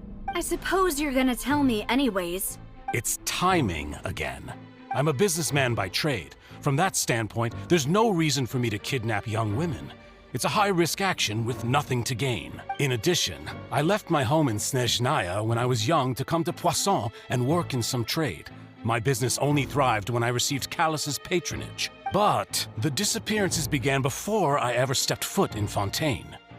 I do apologize, demoiselle. This was my mistake. No, it's not your fault. I'm sure he had come prepared. Is there anything else you'd like to say? Would you like to check the date of my first business license against the first known case of the serial disappearances? You can also take a look at my border entry records, or ask my friends and family when I left Snezhnaya for the first time. Could those records and testimonies do something to appease the unspeakable anguish in your heart? Seems like she got the wrong guy. At this rate, Navia will be convicted for falsely accusing him. I think you've done a superb job of dissecting your father's feelings as he neared the end of his life. But aren't you going against all of his wishes and expectations right now? He wished for you to become more rational, collected, and conscientious, instead of dwelling only on your own feelings. Once you've learned to be more considerate of others' feelings, and to stop rushing headlong into things, you'd have met most of his expectations. This isn't just about me, and it never has been. The biggest difference between me and the rest of the victims is that I still have the ability to search for the truth, while that same agency has long been taken from them. The people whose families were destroyed by synth abuse, the people who lost their loved ones to the serial disappearances, and the people who suffered tragic ends due to their sense of justice. Many people's images are flashing before my eyes. I'm sure some are coming to those of you in the audience as well.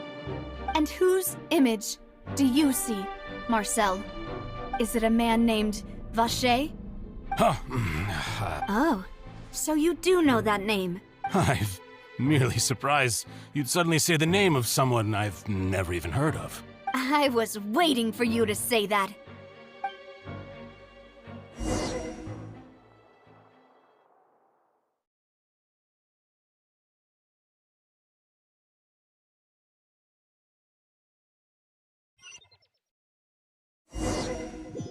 Let night fall! Go back!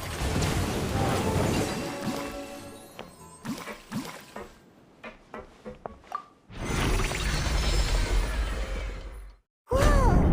The floor is going up! Is it because of this mechanism in the middle? That guy really prepared a lot of stuff for this place.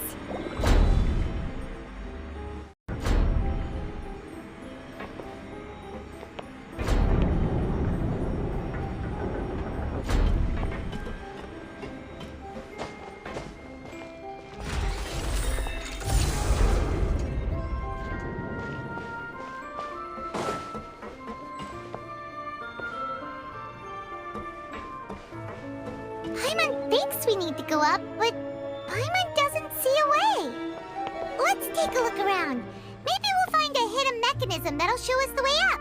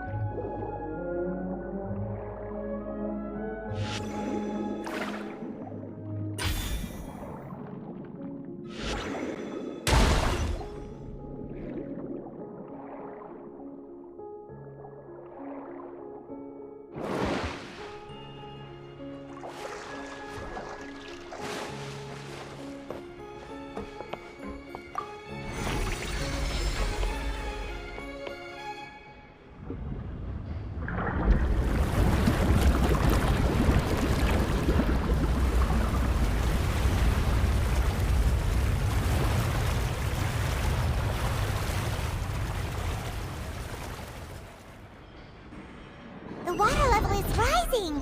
Now we can swim to the top! Still a ways away from where we need to go.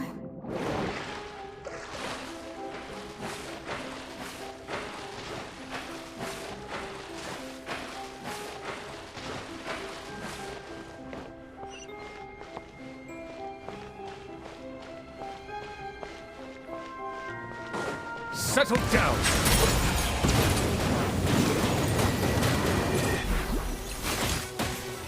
Midnight Phantasmagoria!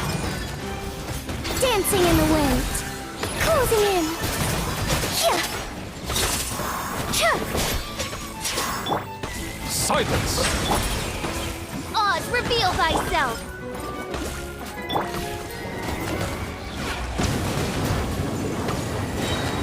Be sanctified. You're toast!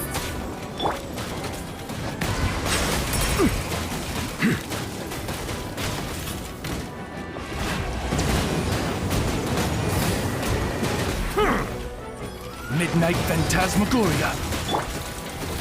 Justice is blindsided.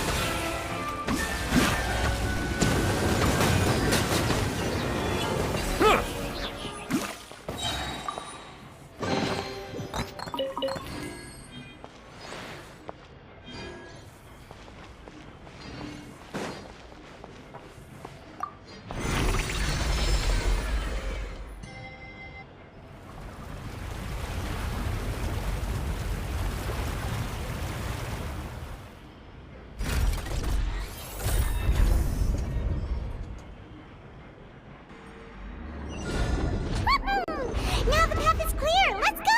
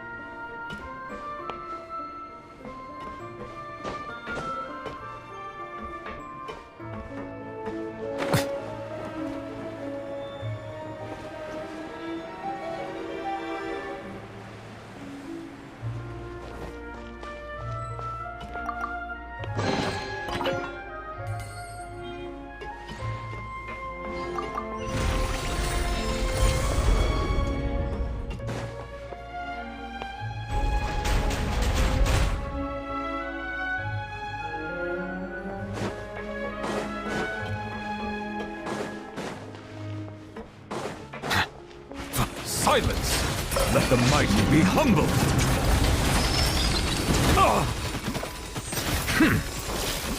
Justice is blindsided! Settle down!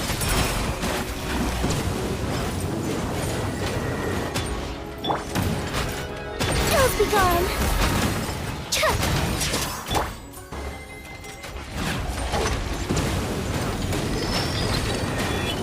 Bow your head. Be sanctified.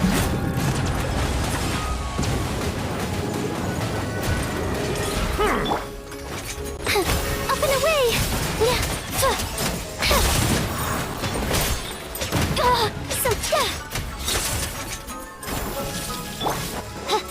By royal decree!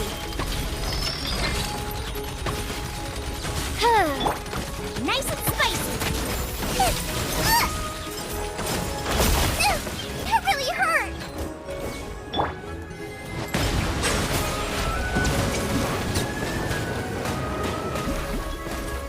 Wings of darkness! Come, sever night!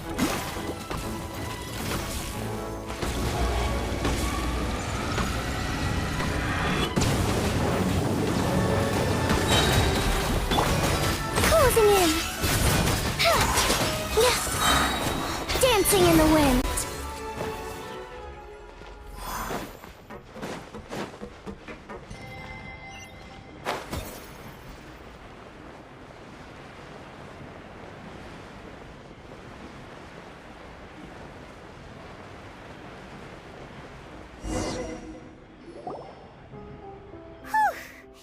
After all that, we finally made it to the innermost sanctum.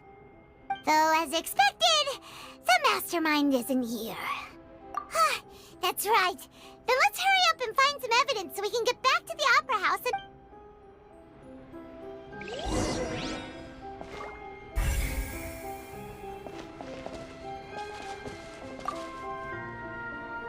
What's all this? Aw, it's a bunch of really cute pink accessories, a hair tie, a necklace, even a makeup box. Oh, Paimon sees it too, but why are all these cute things labeled with different girls' names? Huh? You mean the girls from the serial disappearances? And then they were turned into what? And all the boxes of things. These names.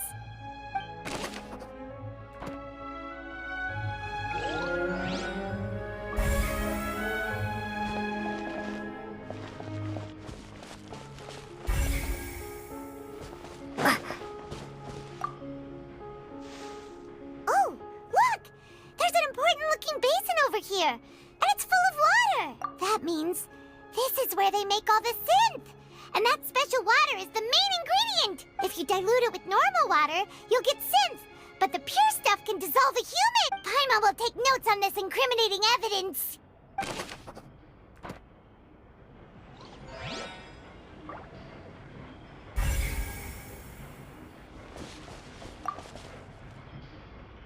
Let's see what's written here. Nothing escapes Detective Paimon's eyes. Callus. Navia's father. Oh, this seems to be an investigation report on him.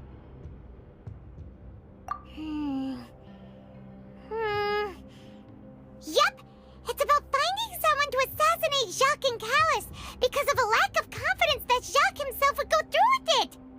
This should prove the existence of the third person, right? We still have not determined the exact content of the key information Callus has passed on to certain members of his organization. The old dog's a real menace to deal with.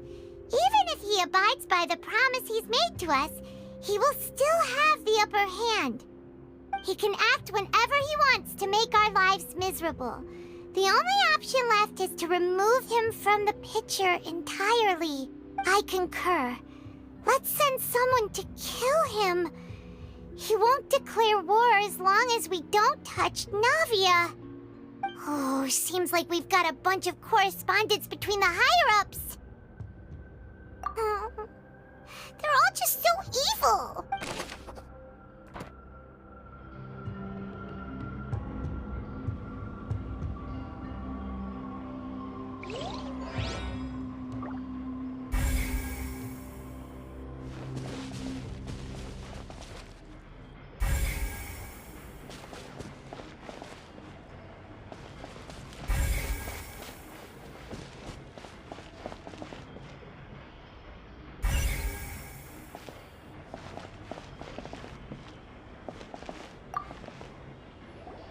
Whoa! There's so much synth here! And so many bottles of ingredients that probably just contain the waters of the primordial sea. Mixing in progress. Ready to drink? Stock sample? Huh. They've also got all the synth pretty clearly labeled. Whoa! There's even fruit-flavored synth? Yep!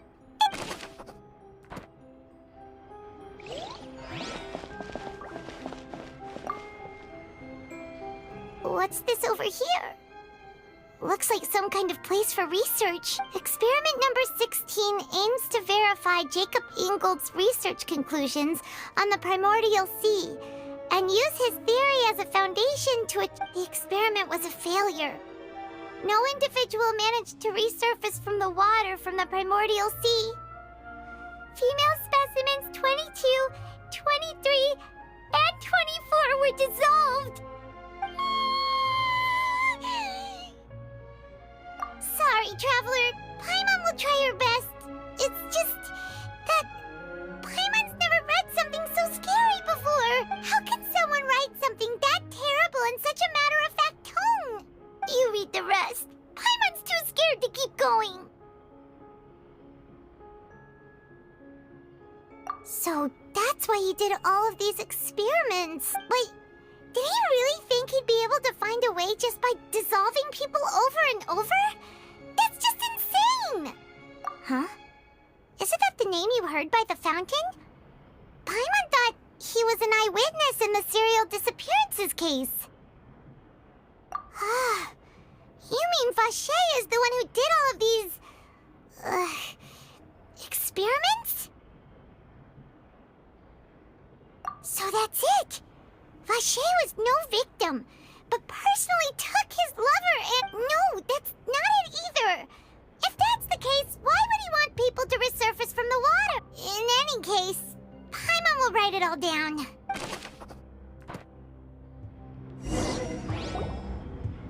We've looked at almost everything here, and it seems like our theories were spot on.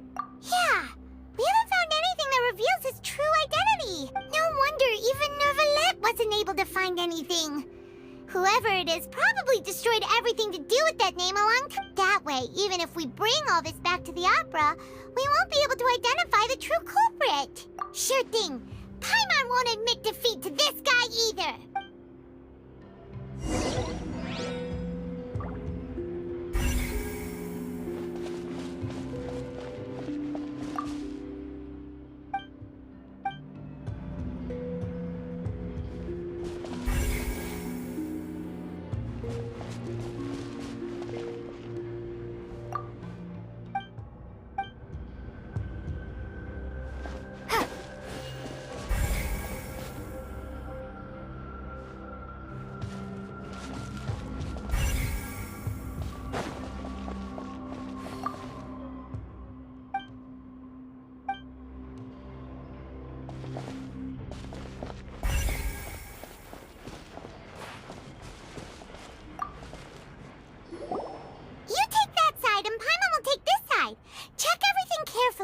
We'll find something for sure.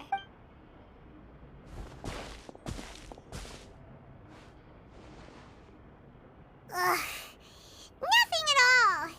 And Paimon can't even find snacks either.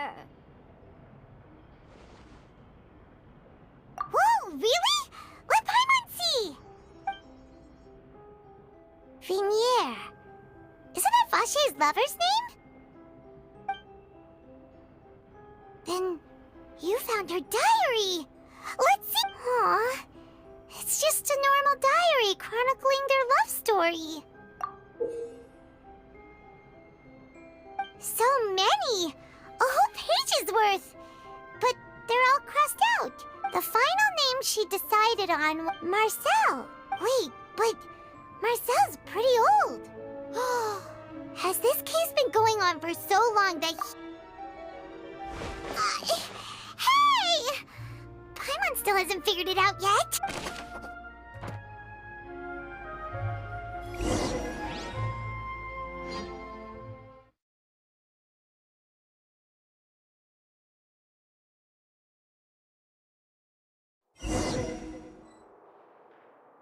And whose image do you see, Marcel? Is it a man named Vache? Oh, so you do know that name. I'm merely surprised you'd suddenly say the name of some... I was waiting for you to say... Navia! We're back! As expected of my partner. I just knew you'd return in the nick of time. Just how often do you intend to flout the rules of this court? It's all right, Monsieur Neuvillette. Given their confidence, I expect they've found the crucial evidence.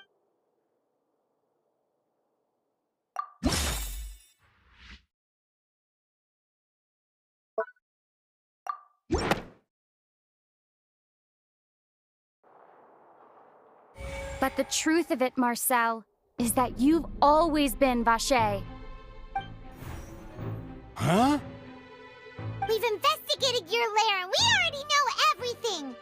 After your lover, Vinier, was dissolved, you kept abducting young women to experiment on the hopes of bringing her back to you! You even created Marcel as a new identity and destroyed all records of your past as Vache! So that's it. Even the villains in opera performances rarely go that far. And with that, Marcel's motive has now been established. This information regarding your past also dismantles your prior timing defense. Well, Marcel, Do you know where you went wrong? You fixated your gaze on the lover that passed away, instead of paying attention to the living people around you. So, you never noticed how we changed, or how we grew as individuals. You also never understood Boss's real expectations for his daughter. Or our determination to see things through. Your determination. Mr. Marcel, please speak up now if you would like to defend yourself. Otherwise, the trial will move on to the next stage. Do you really think I wanted to do any of this? Pay attention to you? What for? Have you ever paid attention to me? Ever empathized with my pain? Ever known how it feels to watch the love of your life dissolve right in front of your eyes? No one helped me. No one even believed me. All those decades ago, even the officers from the Maison Gardiennage were laughing at me. They said there's no way a human being can turn into water. So I must have gone mad from grief. Vignier's death was brushed away by all of you as if it... Well, now you know, don't you? Ha! Well, it's too late now. You only have yourselves to blame. You set up this ornate opera house in pursuit of your so-called justice, your beloved drama, while turning a blind eye to the suffering of the people. Vignier is dead. We promised each other that we would always be together. Wherever she goes, I will follow. But I'm not from this blasted place, so I can't be dissolved, no matter what I do. Hey, is that water from the primordial sea that he's drinking? I can't dissolve! Can't dissolve! Can't dissolve! Do you all see? I can't go, I can't follow. So if I can't go where she is, what choice do I have but to try to bring her back? I did all of that, and in the end, that accursed Callus still got the better of me. I spent my entire life living on pins and needles, only to get stabbed by his idiot daughter at the very end. The suspect is exhibiting signs of mental distress. Guards, please restrain him. Don't touch me! Don't anybody come near me! I still need to save Vignier. I promise. We made a promise. Vignier. Vignier! Please, Vignier. Don't think badly of me. All I want to do is fulfill our promise. At this point, the verdict of this trial is clear. With Mr. Marcel's conviction, the charges against Mr. Tartaglia no longer have any basis. Fine by me. I was in a bad mood, but after a show like that, I'm actually feeling pretty good. Traveler, please submit all the evidence you have collected to the guards, so that I might review and summarize the truth behind the The man now known as Marcel was originally named Vacher and worked as an adventurer with his partner and lover Vignier. During an underwater expedition, Vignier accidentally came into contact with water from the primordial sea and was dissolved in front of Vacher as a result. Vacher learned of the primordial water's existence through the work of others and began to kidnap young women for research. With the goal to cover his tracks, he invented the new alias of Marcel and began to operate a business in Poisson. During the course of his research, Vacher discovered that a diluted concoction of water from the primordial sea can induce feelings of euphoria, and began to manufacture and market synth. However, as he accumulated wealth to fund his continued research and expanded the scope, he came into conflict with Spina di Rosula. After exchanging blows with Spina di Rosula for many years, Vacher decided to assassinate their president Callus at a banquet. Although the assassination did not go as Vacher expected, he was able to turn Callus into the murder suspect by dissolving the assassin he sent to the scene. And just recently, Vacher attempted to frame Linny as the culprit of the serial disappearances case, using a similar method. However, his attempt to frame Linny failed, and the power of water from the primordial sea became public knowledge. This case also exposed enough of Vacher's machinations that he was eventually successfully charged in court. Thus concludes the enigmatic history of the serial disappearances case, with the truth revealed to all. The Oratrice will now deliver the final verdict regarding the charges against Mr. Vacher.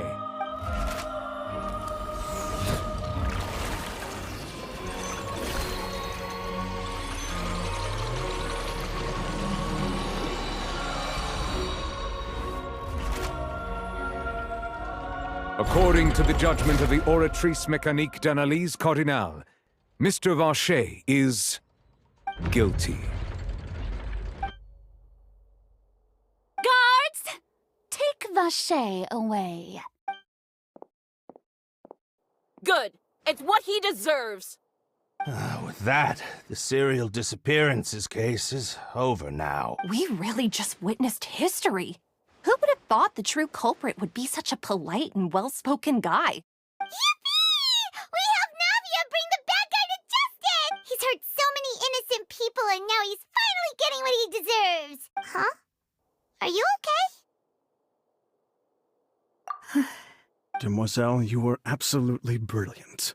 The day our late boss had always hoped for has finally come. You can rest easy now, knowing justice has been served. Yeah. It's finally over. It's all thanks to you guys. And my partner. See, Papa? Spina di Rosula's still doing well with me at the helm. Well now, hasn't this been a most delicious piece of drama? The villain has been caught, justice has been served, past wrongs have been righted, and it's a big ol' happy ending. Since it's been such a great show, I'll just let the false accusations against me slide. Either way, I've still got some business to attend to. So, if you'll excuse me... Please wait just one moment, Mr. Tartaglia. Ugh, what now?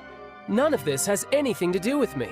According to court protocol, since this trial was initiated due to a charge against you, a verdict must also be made regarding the initial charge before the trial can conclude. Oh, come on. Is this really necessary? Haven't you already caught the real criminal? Isn't it time for side characters like me to exit stage left? Please respect the laws of Fontaine. This has always been the rule. All right, but this sure is a lot of hassle. All I need to do is stand over there, right? Let's just get this over with. Through evidence presented in the public trial that was just held, it has been established that Mr. Tartaglia has no direct connection to the serial disappearances case. The guilty party has been identified, and thus it is logical to suppose Mr. Tartaglia is innocent of the charges. We now turn to the Oratrice Mécanique d'Analyse Cardinale to render the final verdict on the charges.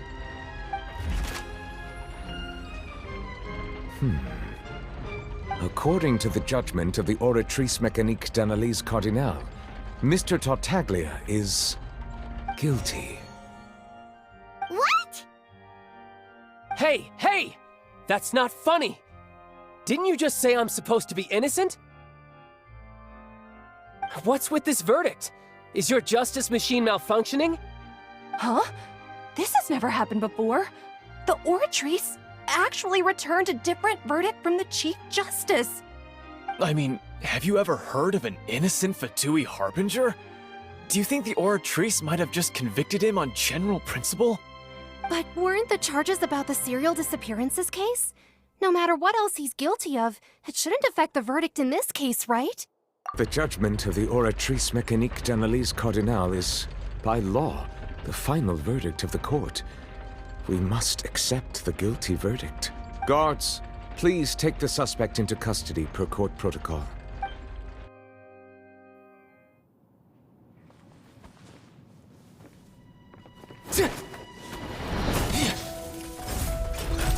So this is how justice is done in Fontaine.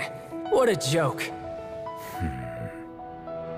You've got your rules. Well, I've got mine too! Through evidence presented in the public trial that was just held, it has been established that Mr. Tartaglia has no direct connection to the serial disappearances case. The guilty party has been identified, and thus it is logical to suppose. We now turn to the Oratrice Mécanique d'Analyse Cardinale to According to the judgment of the Oratrice Mécanique d'Analyse Cardinale, guilty. What? Hey, hey! That's not funny! Didn't you just say I'm supposed to be innocent? What's with this verdict? Is your justice machine malfunctioning? Huh? This has never happened before. The Oratrice actually returned a different verdict from the Chief Justice. I mean, have you ever heard? But weren't the charges about the serial disappearances case? No matter what else he's guilty of, it shouldn't affect the verdict in this case, right? The judgment of the Oratrice guards.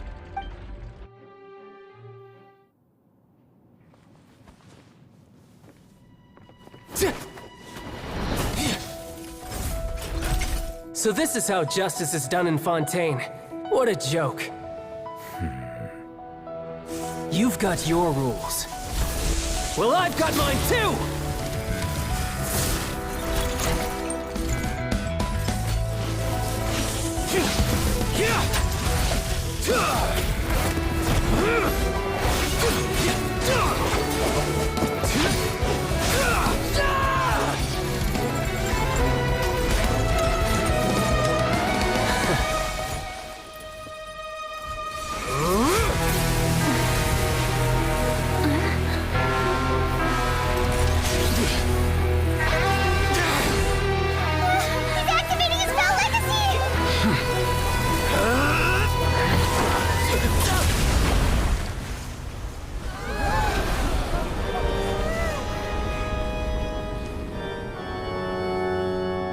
I am sorry. If you have been wronged, we will find the truth. But the rules of the court must be upheld.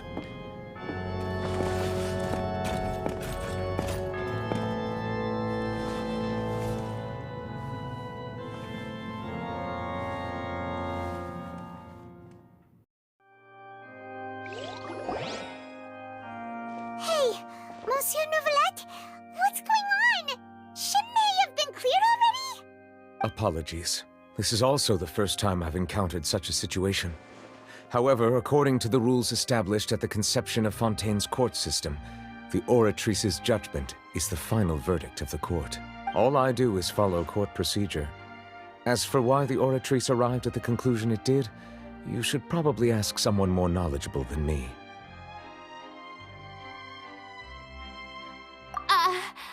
Why are you looking at me? I had nothing to do with it! I don't know what happened there either! Hey, stop staring at me! What does Lady Farina mean by that? She says she has no idea either, but that's impossible. Didn't she create the Oratrice herself? Yeah, so are the verdicts reliable or not? Can results like this really be called justice? My dearest citizens, did you really think we'd allow an incorrect verdict to be handed out in this court? Don't tell me. You thought even I had been blindsided by the Oratrice's result. But the way she looked just now, it was pretty obvious she had no idea what was going on. However, given the state of things, I shall give you an explanation. Everything that just took place, including my supposed shock and bafflement, was a part of an elaborate performance, with every action meant to stir up drama and excitement. And, of course, for every performance there is a script. Everything has unfolded exactly as I expected from the very beginning. As the embodiment of the very concept of justice, the Oratrice shall never render an arbitrary If you thought Child had nothing to do with the serial disappearances case, it is only because you've been blinded by the superficial appearance of innocence. Everything he's done, not to mention the danger he poses, are beyond ordinary comprehension and completely unforgivable. All shall be revealed in time. You will come to understand my noble intentions, as well as the absolute correctness of the Oratrice's verdict. Now, having said that, although I hate to leave things hanging in suspense, it is now time for this performance to end. As the lead actress, I shall be the first to take my leave. Toodaloo! So she chose to make her escape after all, did she? So you're saying we shouldn't put much stock into what she just said? She probably just put on that performance to save face. As for the truth, it's unlikely that she actually has any idea. However, please be assured that I will continue to investigate this case in a personal capacity. Just as I promised, if the judgment has been incorrect, we will do our utmost to clear his name. All right. Even though we feel pretty badly for him, we'll take your word for it for now. After all, he's done plenty of bad stuff, so he should have known he'd go to prison someday, right?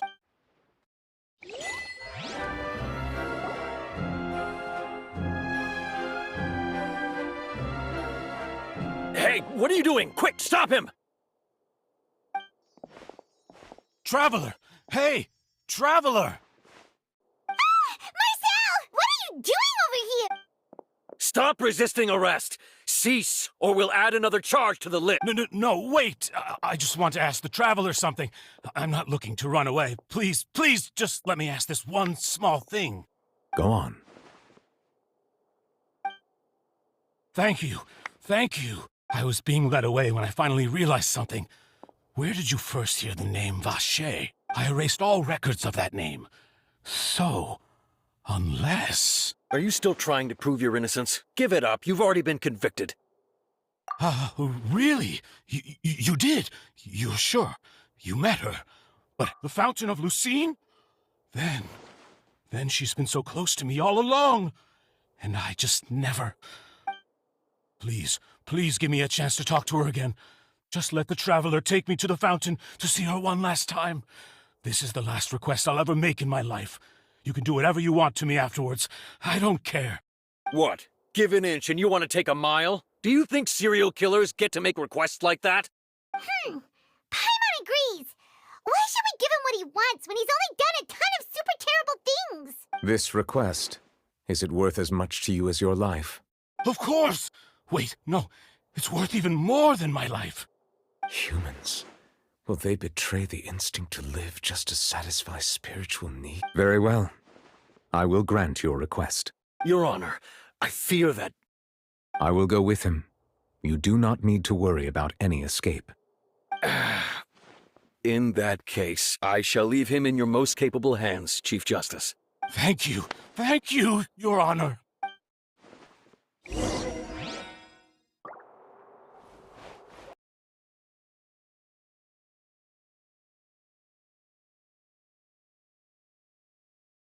Is this the place? You said she's here, but what do I need to do to see her?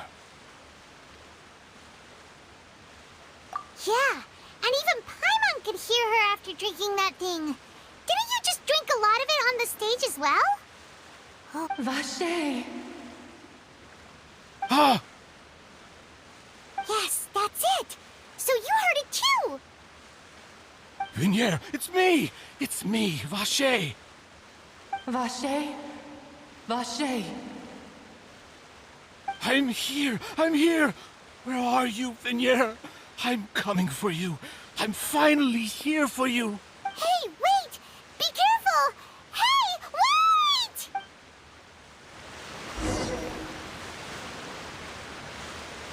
Vignier, is that you? It's me, Vacher! Vignier! Vacher? Why did you come? Didn't I say? You don't need to look for me. You look a lot older than I remember.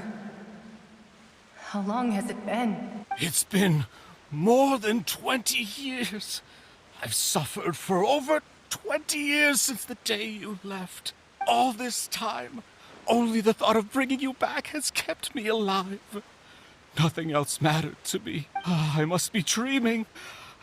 Who would have thought I'd get the chance to tell you all of my feelings like this? Vignier, you are my everything. I really don't know how I could live without you. But Vacher, if you ask me, this world would be better off without... What are you saying? If not for you, I would have finished my law degree and probably become a top-tier attorney one day. If not for you, I would have continued to pursue my love of the arts, and my works would have been displayed in the Palais Mermonia. If not for you, I would at least have been able to take care of my mother. And she would not have grown old and died alone, with nothing but the tears on her cheeks. It's all because of your selfishness, Vache. It's all because of you. You... Wait, you are not Vignier. Who are you? You're right. I am not Vignier. I am the sacrifices. Every woman who died by your hand, as our bodies dissolved, our consciousnesses flowed back to the primordial sea. Our thoughts circulated endlessly within the primordial sea, and we were no longer individuals, but we became one, just as streams of water come together in the sea. I'm Cressy. I'm Lemony. I'm Azine. The only one I am not is Vignier. Why? But then, where is Vignier? She doesn't want to see you anymore. Every tendril of her consciousness is avoiding you. This is what you get for your selfishness. Your selfishness robbed us of our lives and our futures. You said time and time again that you'd do any and everything for her. But did you ever consider whether she'd want to see you do the things that you did? If she would despise you for what you became?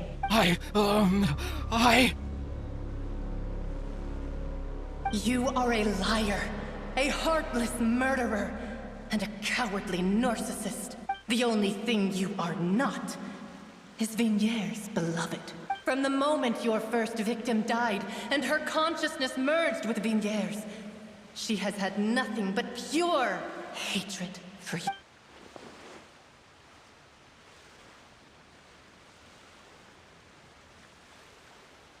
No! Vignier! She can't hate me. Let me see her, please. Have mercy. You still don't understand. When I said don't look for me, that came from the real Vignier. She really doesn't want to see you anymore. But on top of that, she also said that because it's her final drop of pity for you. She said that because she knew that if you did come here, we will show no mercy to you. Vache. Vache? Vache. Vache. Vache. Vache. Drown.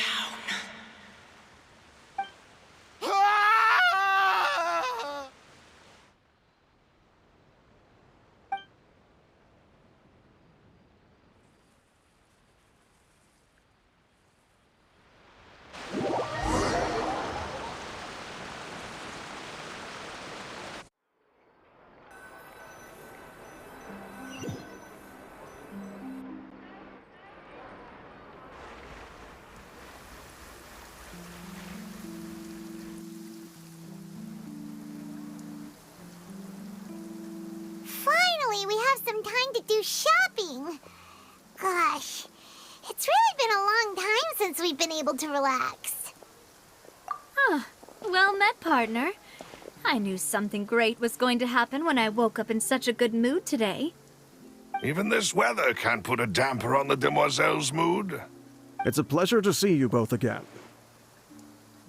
Oh, hey, Navia! It's been a few days. Paimon's already started to miss you. Oh, now that I believe. I'm easy to work with and always bring home the bacon. Who wouldn't treasure having a partner like me? Sounds like you're really enjoying life these days, Navia. What have you been busy with since the trial? It's just been one thing after the other. I've been making non-stop trips between Poisson and the court since then. Everyone from Spina di Rosula organized a memorial for my father. We never held a memorial when he first died, since everyone knew that even if we held one back then, no one was going to come. This time, though, everyone in Poisson, and even many people from the court, all attended. So his name's definitely been cleared now. That's what we like to hear. It's been the dearest wish of Demoiselle all along. That blasted stubborn fool. I was right to put my faith in him. Oh, by the way, I ran into Charlotte just after I left the memorial service. Well, maybe it'd be more accurate to say I knew she would be there, and there was no way she'd just let me go. Huh? So you know Charlotte too? Yeah, way back when I first became the president of the Spina di Rosula, she was all over me. Wouldn't take no for an answer. I believe the story was called The True Heart of Darkness, Secret Tales of the Yellow Rose. To be fair, though, it was a really flattering feature. So, we've been on pretty good terms ever since. She was trying to lean on our friendship to get me to do an exclusive piece on the serial disappearances case. Oh yeah, she told us about that. She's always been super interested in that case, so now her wish has finally come true too. Anyway, I told her to make sure that when she writes about you guys entering the opera house with the critical evidence, that you both sound really cool. Now that's another thing to look forward to. We trust Charlotte's skills with a pen for sure. Oh, and in other news, I also took Clarand out for a meal. Oh, are you two on better terms now? While you were investigating Vachey's headquarters, Clarand gave testimony on my father's behalf. It was thanks to her that we were able to turn the tide. I wanted to thank her. I mean, there's also no point in being awkward all the time, so we took the chance to reconcile with each other. Oh, that's great. Paimon also thought Clarand wasn't actually a bad person. It's always good to have more friends. Anyway, now that the case has finally been solved, perhaps it will slowly begin to fade from the public consciousness. Oh, actually, there's still one last thing I need to do. What is it? I should pay a visit to my father's grave, and tell him the truth of what happened, as well as how it all ended. And on top of that, just how much people still look up to him, to this... That includes me. Miss Navia. Indeed. We want to go too! We also think Callus is a really admirable person. Sure thing. I'd like you two to share the moment with me. After all, without you, there might not have been such a positive ending. And in that case, everyone, let's be off. Considering the recent weather, we'll be lucky if we can reach Poisson before dark. Yeah, you're right. It's been raining non-stop for a few days now. This is where my father's grave is. To be perfectly honest, even I haven't been back here for a long time. Huh? There's someone there already. Wait, that figure. It can't be... Isn't that Neuvillette? Why would the Chief Justice be here? Huh? Navia?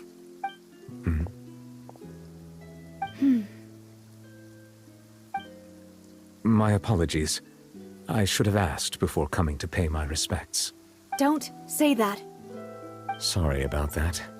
Oh, I was trying to say there's no need for you to apologize. I wanted to show my father how much I've grown, but still, I doubt I've grown to the point that even the Chief Justice would feel compelled to apologize to me over and over. In that case, I will stop apologizing for now. You really could use some pointers on understanding human emotions, Monsieur Neuvillette. In any case, why did you come to Poisson? Well, ever since that day, I've been turning a question over and over in my head. Just what is justice anyway? There was once a time when I didn't want to believe that there could be anything more important to humans than life itself. Oh, rather than that, it's probably more truthful to say I didn't believe humans were capable of resisting the most basic instinct of living things. That they could rebel against their own nature, or consider certain things to be more important than their own lives. Which is also why I didn't stop your father from beginning that fateful duel. I believed that a truly innocent man would never throw away his life like that. that there was nothing, should have been nothing more important than one's own continued survival. But Mr. Callus proved me utterly and decisively wrong. If not for his sacrifice, the serial disappearances case would have remained unsolved to this day. Mr. Callus made the choice he did for his daughter, for his associates, and for many people completely unrelated to him. And in the end, from a certain perspective, one could say that he did it all for the sake of justice. A justice that's higher than life itself. So, you asked me why I came here. I just wanted to say my apologies to Mr. Callus in person. I should have noticed all of this much sooner. This regret has filled me with a sadness that has haunted me for days. That high and mighty chair in the opera Epiclese indeed insulates one from many important things. Spina di Rosula, thank you so much for your hard work and perseverance. I'm sorry for being mad at you before. So, you're actually one of those types that's cold on the outside, but pretty thoughtful on the inside, huh? That reminds me of Silver, one of my guys. Sorry about that. Self-expression is not one of my strong suits. Didn't I just say you don't need to apologize? Ah, so Navia and Neuvillette seem to have made their peace as well. Let's not disturb them for now. We can wait till after they're done.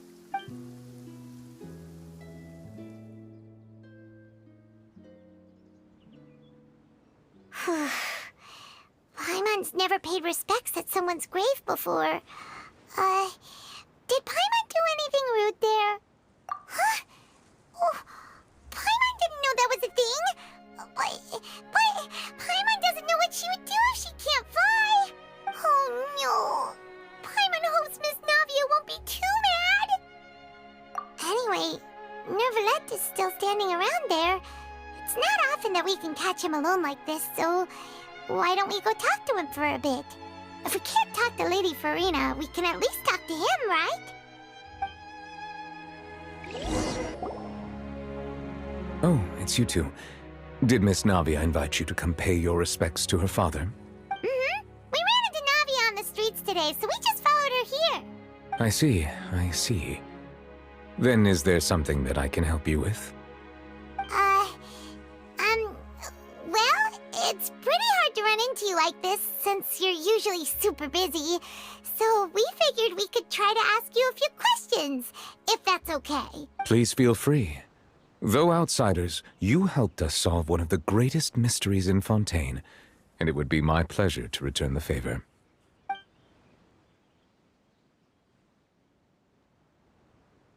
So, at court, the bad guys referred to that special water as water from the primordial sea, but what is it really? Truthfully, that name is already quite accurate. I can only surmise that Vacher and his ilk only learned of its nature and existence after extensive research. There used to be a special sea on the surface of this planet. The nature of its seawater was rather different from that of the sea we know today. Most of Tevat's life forms were first born in that special sea. You could say it nurtured much of the life on this planet. Huh. So it really was where everything began. It makes sense to call it primordial then. But today, the primordial sea no longer exists on the planet's surface. What Vacher discovered must have been some kind of special case, or a remnant from a truly ancient age. Huh. So that's how it is. Oh, you really know everything, Monsieur Neuvillette. But if that's the case, then why would people, at least people from Fontaine, dissolve in that kind of water? Indeed. Why would the primordial sea, which was known to engender and nurture life, suddenly reverse itself and devour life instead? To be frank, that also doesn't match my understanding of this world and its laws. There must still be some unknown secrets around the people of this land. Is there anything else you'd like to ask me about? That the sea levels will rise and everyone will be dissolved in water, leaving Farina crying alone on her throne, but the sins of the people will be finally washed away for good. Does that appropriately summarize the version you've heard? That's right! It was Linny that told us back then. And that about covers all the main points. Yes, up to the present, I think we reached a point where we have no choice but to confront this prophecy directly.